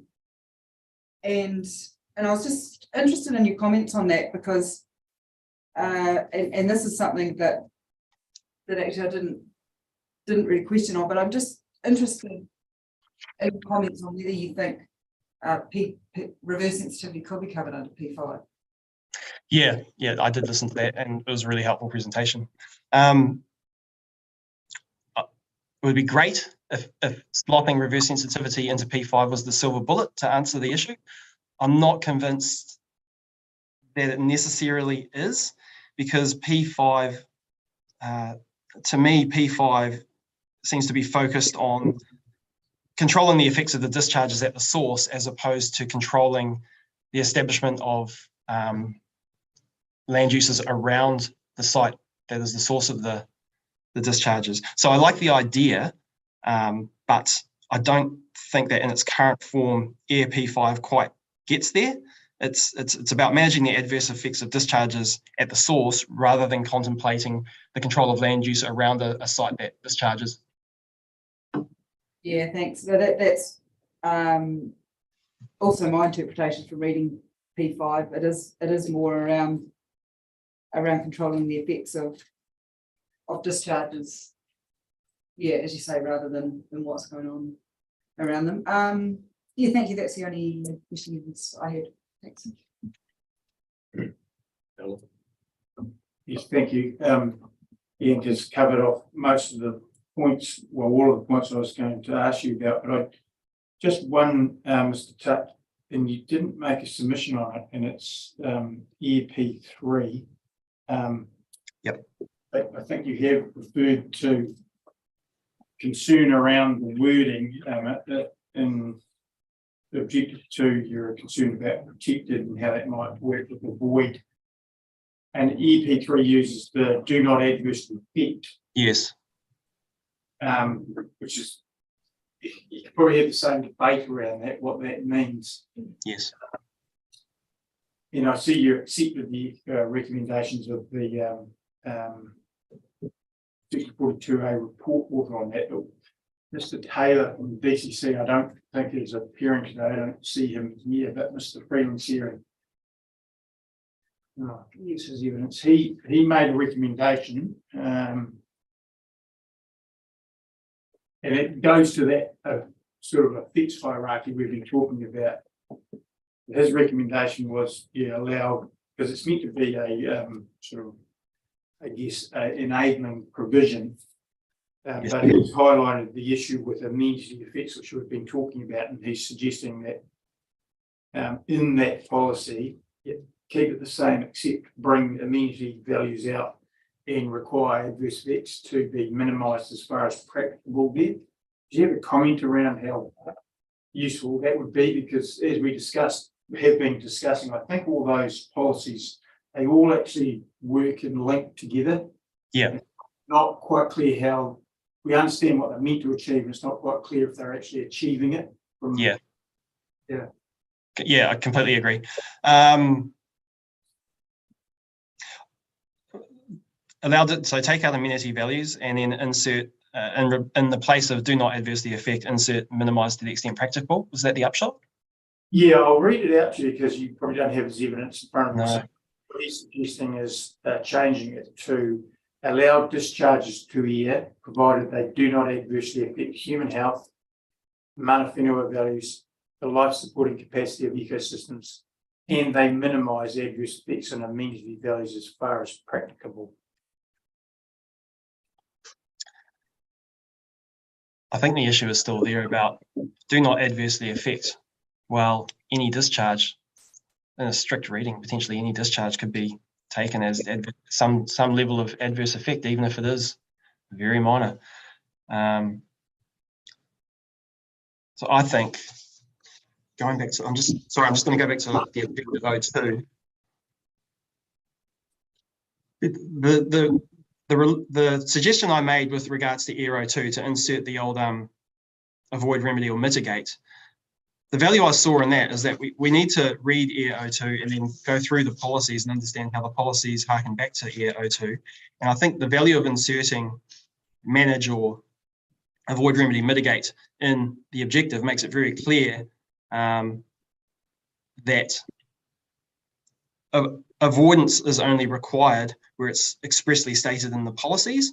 And in the case of Air P3, I think allow discharges to air provided they do not adversely affect. If you read that in the context of an objective that says avoid, remedy, or mitigate, then I think there may be less concern from industry about do not adversely affect, i.e.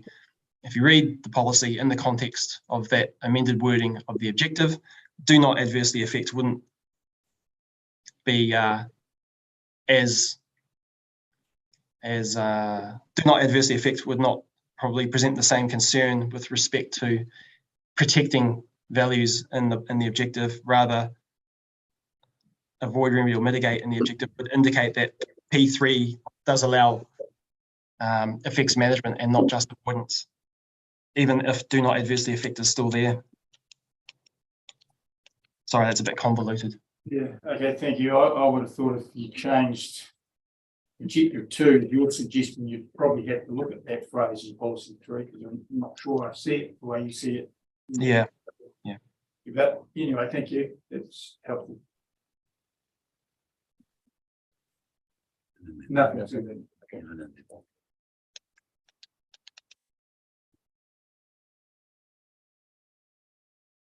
Could you just take us, if you would, a bit more slowly through that wording change that you suggested for your reverse sensitivity policy?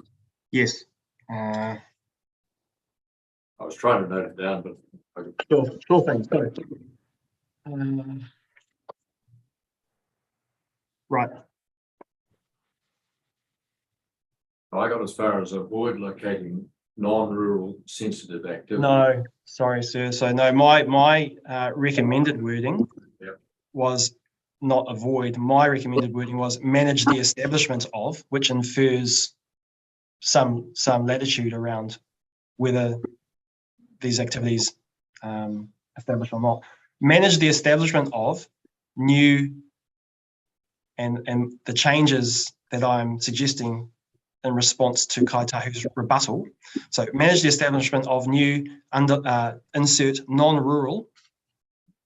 Yes. And then carry on with activities near existing, and then insert primary production or rural industry. Yes. Activities which are permitted or consented to discharge to air. So I'll read through it again in a second. So manage the establishment of new non-rural activities near existing primary production or rural industry activities which are permitted or consented to discharge to air. Thank you. And thank you for referring to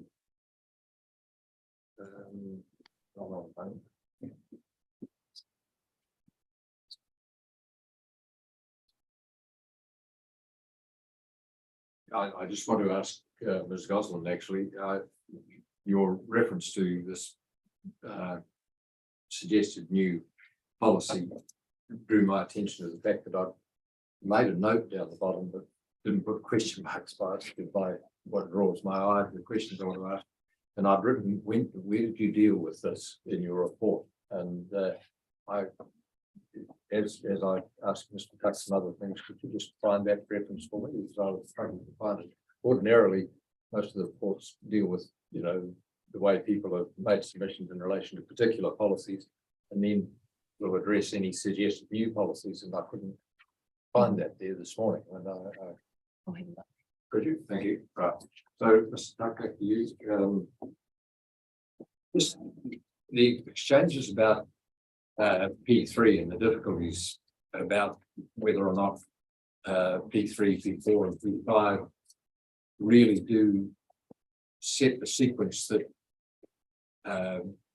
was described, I thought, very clearly by Mr. Anderson to us this morning. Yes. I'm not convinced, as I think you've probably got the feeling from most of the commissioners, that they necessarily do. I was just wondering whether that's because of the heading as much as anything, and wondered whether it wasn't possible to simplify the whole thing by having P3 almost on its own and amalgamating P3, 4 and 5 by having P3 as a heading managing discharges to air, and a wording along the lines of allow discharges to air provided their effects on human health, amenity values, etc., are managed by, and then having a management regime. The first one of which would be avoiding discharges to air that cause noxious or dangerous effects, which would be, depending on whether we accept the proposition Mr. Anderson advances, avoid as first priority those that cause offensive or objectionable effects, and then as a third one, having managed any other adverse effects, but without necessarily having to go on and specify particular activities. Would that more simplified approach meet your concerns?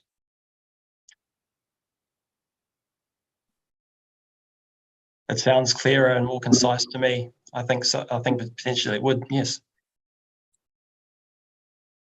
Right. Look, thank you, Mr. Duck, and you've been very helpful with the way you've dealt with your evidence today, and you've been very clear in the way you've expressed yourself. So I thank you very much for that. And that's all that I've got to ask you. So thank you. Thank you. Bye-bye. I have found a reference for where it's dealt with. In my section 42A report at section 7.3.2. I could read out. What's the page number? Yeah, page. It is page 7 of chapter. Chapter 7. Page 8. Oh, now. Page 7 and 8. Split over the two. I see here I had a question against that too, which I missed. Right. Yeah. Okay. Now look, I thought you would have dealt with it, and I just for the life of me couldn't find it. So thank you very much. And Okay. that's fine. I'll read that. Thank you. Thank you. Okay. Thanks. That DCC bring us to the end. and City Council. Sorry. Dunedin City Council. Oh, right. Sorry, Mr. Freeland. That's all right. On our time, though, we jumped. Oh no, that was because you asked.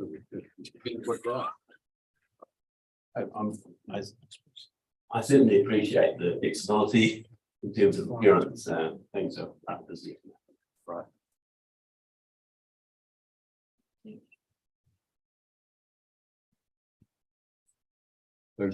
Yes, kia ora koutou. Michael Garbutt's my name, council for Dunedin City Council, and I'm here to assist Mr. Freeland and to just alert you that Mr. Taylor, who provided evidence on the air chapter on behalf of Dunedin City, he's out of contact at the moment, away during a break and uncontactable, so he's unable to attend today. Apologies for that. Mr. Freeland is here, who's worked with Mr. Taylor on the DCC submission, who can answer questions on anything he raises, but Mr. Freeland would like to highlight some key points that he would like to see the panel consider in relation to the air discharge and answer questions on that.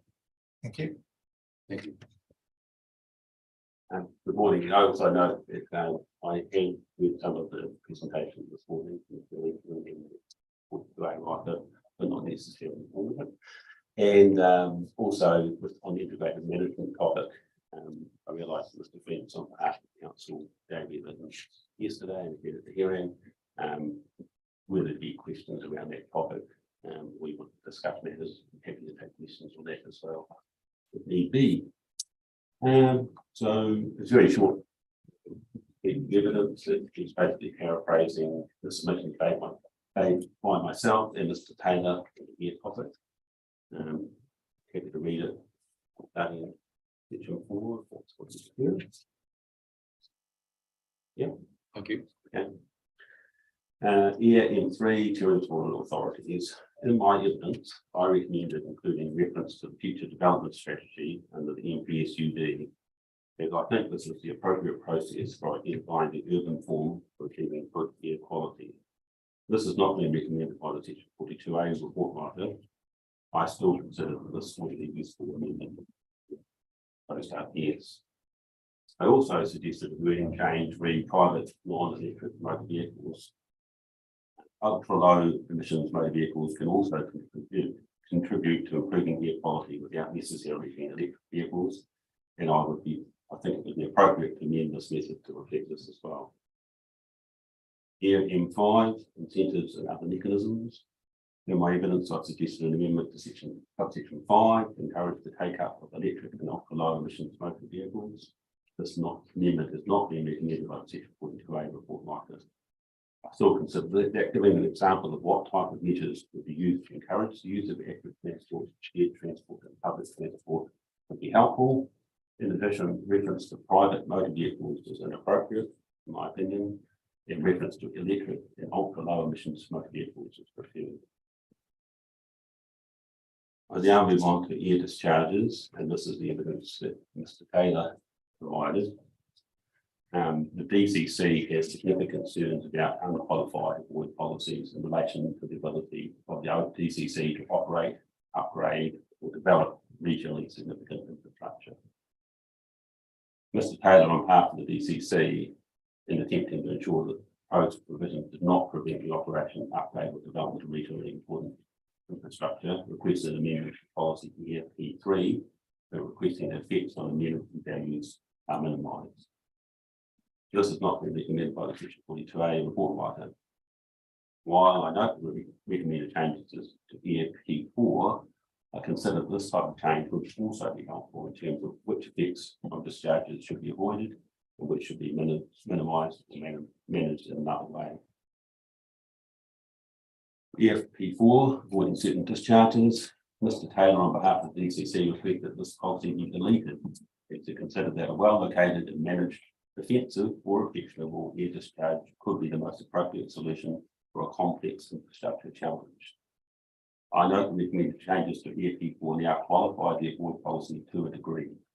I also note that the phrase avoid as first priority has been introduced into the proposed RPS. So while this does suggest that an effects management hierarchy is in play, I think it would be better if the RPS was explicit about in what instances remedying or mitigating the effects of air discharges was the appropriate management response. EFP5, managing certain discharges. Mr. Taylor also provided evidence on the change to EFP5 to explicitly list lifeline utilities and regionally infrastructure as specific activities which have air discharges that need to be managed. This will acknowledge that they require management. I consider this change to still be useful. And finally, Air E1. Mr. Taylor's evidence also included a proposed change to E1 to acknowledge the importance of air discharges from lifeline utilities and regionally significant infrastructure. This request has not been recommended by the report writer, but if the other requested changes are accepted, I think that the same could also be made. Thank you. And if it pleases the commissioners, if I could make just a submission in support of particularly the evidence on EFP3 and P4, if I may. And it's really around this issue of avoid as a first priority. And my submission is really the framework that the chair put to the last witness was very attractive, and it's becoming much clearer as to when the decision makers on a consent are directed to step through an effects management hierarchy.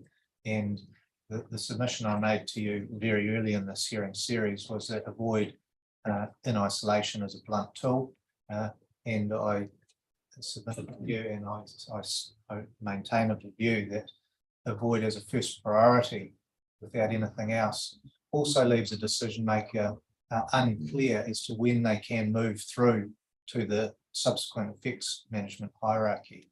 And I say to you, if it's just avoid as a priority, that priority can always be achieved by refusing a consent without regard to the consequences. So we have had similar arguments in the Environment Court in the Southland Water and Land Plan, and the same arguments was where there's an avoid, what is the threshold or at which you then move past avoid to consider a subsequent aspect of the management hierarchy. And the phraseology that the court settled on ultimately there to overcome this issue was avoid where practicable, or avoid where reasonably practicable, or otherwise mitigate or minimize the effects, because it gives a signal to, yes, the starting point is obviously avoid, we seek to do that, but at what point or when do you move past that? And my submission to you, it's appropriate to look at the phrase like avoid where reasonably practicable, or otherwise minimize effects, such as the ones on amenity that you've been wrestling with. And that ties in with what Mr. Taylor was advocating to you, that where you're dealing with an amenity issue, which is obviously subjective and there's a wide range of impacts, you avoid where reasonably practicable or otherwise minimize effects on amenity, for example, is my submission to you for a phraseology to overcome that question of when might a decision maker move through past avoid if they're directed to look at that either initially or as a priority. Thank you. Thank you, Mr. Garbutt, and that's very helpful. You mentioned an Environment Court consideration in Southland. Is that a decision or was it a consent order? No, there will be interim decisions in the Environment Court. I can provide that to Council if it's of assistance. Yes, I'll dig that out. Thank you. Thank you. It's in the water context on the Southland Water and Land Plan. So it's not an RPS, but it's some similar concept we've been wrestling with down there for many years. So I'll send that to Mr. Anderson. Yeah, thank you very much. Mr. Freeland. Yeah. Yeah, thank you, Mr. Freeland. I do just have a couple of questions. Yeah, in 3, and you requested the that rather than referring to district plans, future development strategies are referred to instead. Is that something that are you aware of other council's support for that, or is that something the district councils and DCC have discussed at all? I'm not aware whether other territorial authorities agree with that. There will be other territorial authorities within the Otago region which also require the future development strategy, and yes, this will appreciate in which tier you're in as to what you have to do under that. And so Queenstown, for instance, would have to do a future development strategy as well. And maybe it's maybe you might want to qualify it along, you do the district plan or the future development strategy. We consider that the future development strategy will be the most recent and the more advanced expression of where the city might grow to and where its most even form would be, and therefore it's a much more appropriate and more recent and relevant thing to refer to. Okay, thank you for that. And M5, M5.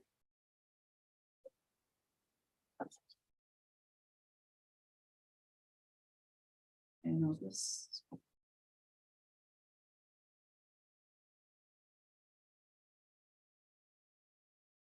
Listen here, I suppose I'm looking at the amendment that you're requesting there. And I mean, it does seem to be changing the intent of what the method's trying to achieve in terms of the methods is looking at active transport, shared transport, public transport, and you're suggesting that we bring in that I suppose, electric and clean vehicles are brought into that as well. I'm just wondering if you can sort of elaborate on your reasons a little bit more, and I know this is a year chapter, but and not a sort of a broader integrated management chapter where there might be other considerations that would come in around public transport, but I was just wondering if you could expand on that a little bit. I think you're right. It does change the effect of that to a degree, but certain types of private motor vehicles obviously will benefit air quality and as opposed to others, and it was felt that there's a strong emphasis on encouraging use of electric vehicles, ultra low emissions vehicles to improve air quality in New Zealand, and referring to private motor vehicles encapsulates both those that aren't improving air quality and those that might. So differentiating between the two would be useful. But I accept what you're saying. It does make us change it slightly. It may be the fix would be to include the electric and ultra low emissions vehicles into the first part of this method, and have something about fossil fuel burning motor vehicles in the latter part. A DCC considering financial incentives for any of the measures in there? Well, the government has Yeah, got financial incentives. to do But that. I suppose we're talking about an RPS here rather than sort of, national incentives. That's true, but sometimes the national incentive gets devolved down to the local authorities, insulation and energy efficient housing and things like that. There's, because stuff sometimes comes to the council as well. So we just cover that off. Thank you. That's all for me. Thank you. Probably not much from me, but you kind of answered my questions and it was all very helpful and clear. Mr. Carver's suggested solution now. But thinking aloud in terms of our discussions around how that policy suite works together, and just a question really, will you be amenable if we thought we need to further work on that you'd be a part of that, probably stepping on the chair's toes, but it occurs to me that something needs to happen there to work out that fixed sort of hierarchy approach there, but which might be quite useful at some stage. But in terms of your comments around M3, that was actually a question I was going to have there, because a lot of territorial authorities don't have to go through that process. So your answer to that would have it as an all one. But actually, the DCC plan would be fine under that now, wouldn't it? The new one. Well, you're smiling. Well, I would have thought you'd be okay. to a degree, if it was notified in 2015, we were actively working on a future development strategy today. And so it would be our best representation in terms Yeah, of so the it's document. moving forward. Yeah. Yeah. Would I'd say look, we'd be happy to be involved in any revised drafting around these policies for the fixed management process, and I know that it's must be like a broken record for you guys now, but it seems to be a common theme through a lot of discussion. Yeah. Oh, what you're saying is has been reflected in the submission. Yeah, I guess the concern would be for you that you don't actually have to amend your district plan, so you can use what you're promoting is the tool to achieve that method rather than go back and amend the district plan. That's exactly. Yeah, sorry, yeah. I understand that, thank you.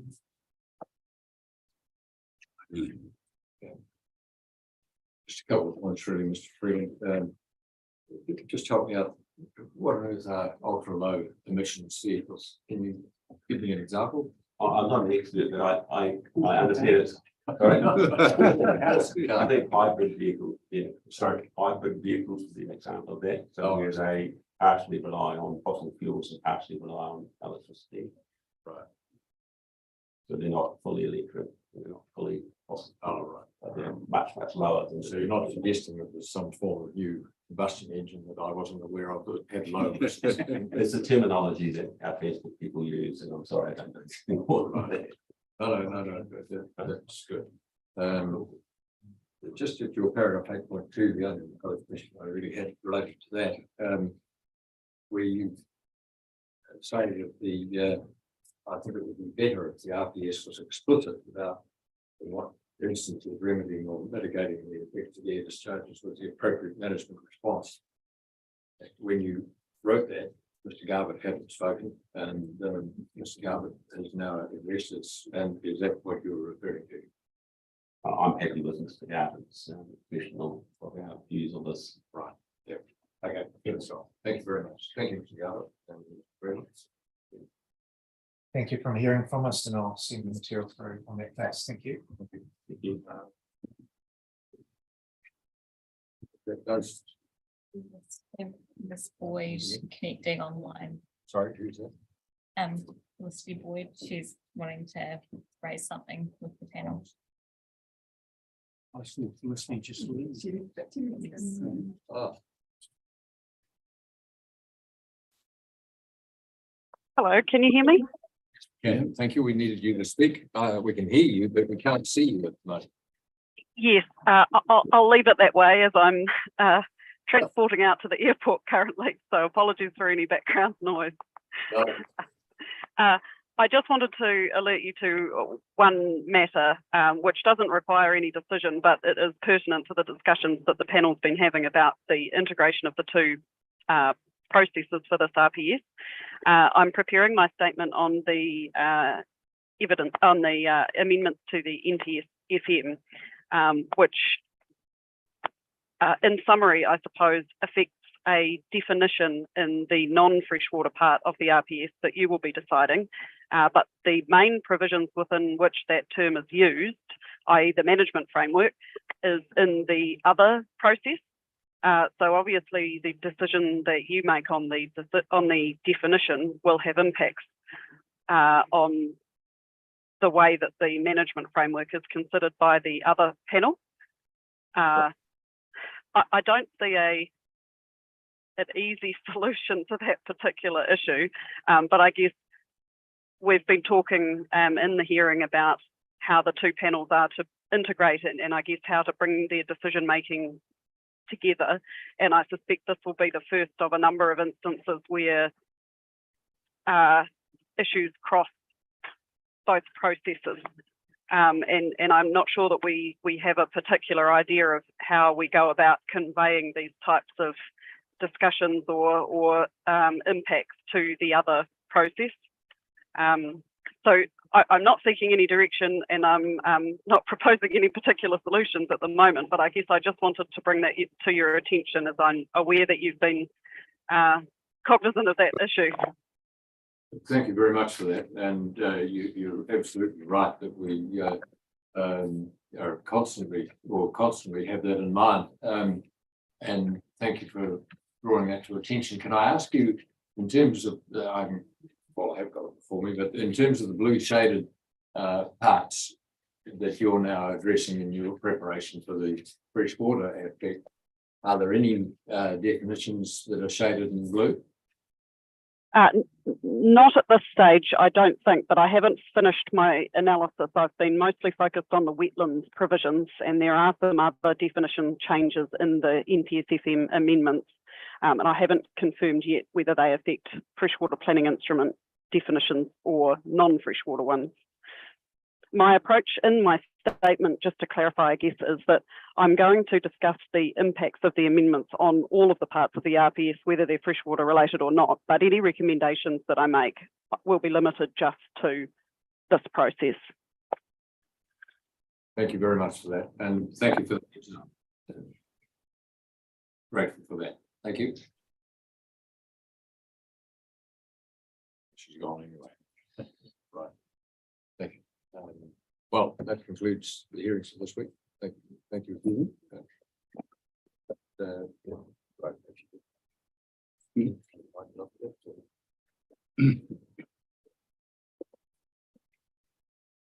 Well, kia ora no tātou. We started this off with a wee prayer. Beginning of the week, it's only right that we should finish with one as well. I realise we'd be quite busy anyway, but so let us pray. E te atua kaharawa nā mātau i arei pai tronga ku tēnei wi. Maono ma tātou e tiaki i ngā rā heki mai nei, ngā rā whakatā, i muri mai i tēnei o ngā wiki, pai here tia ngā tangata katoa, ko tai mai ki konei ki te kōrero ki a mātau.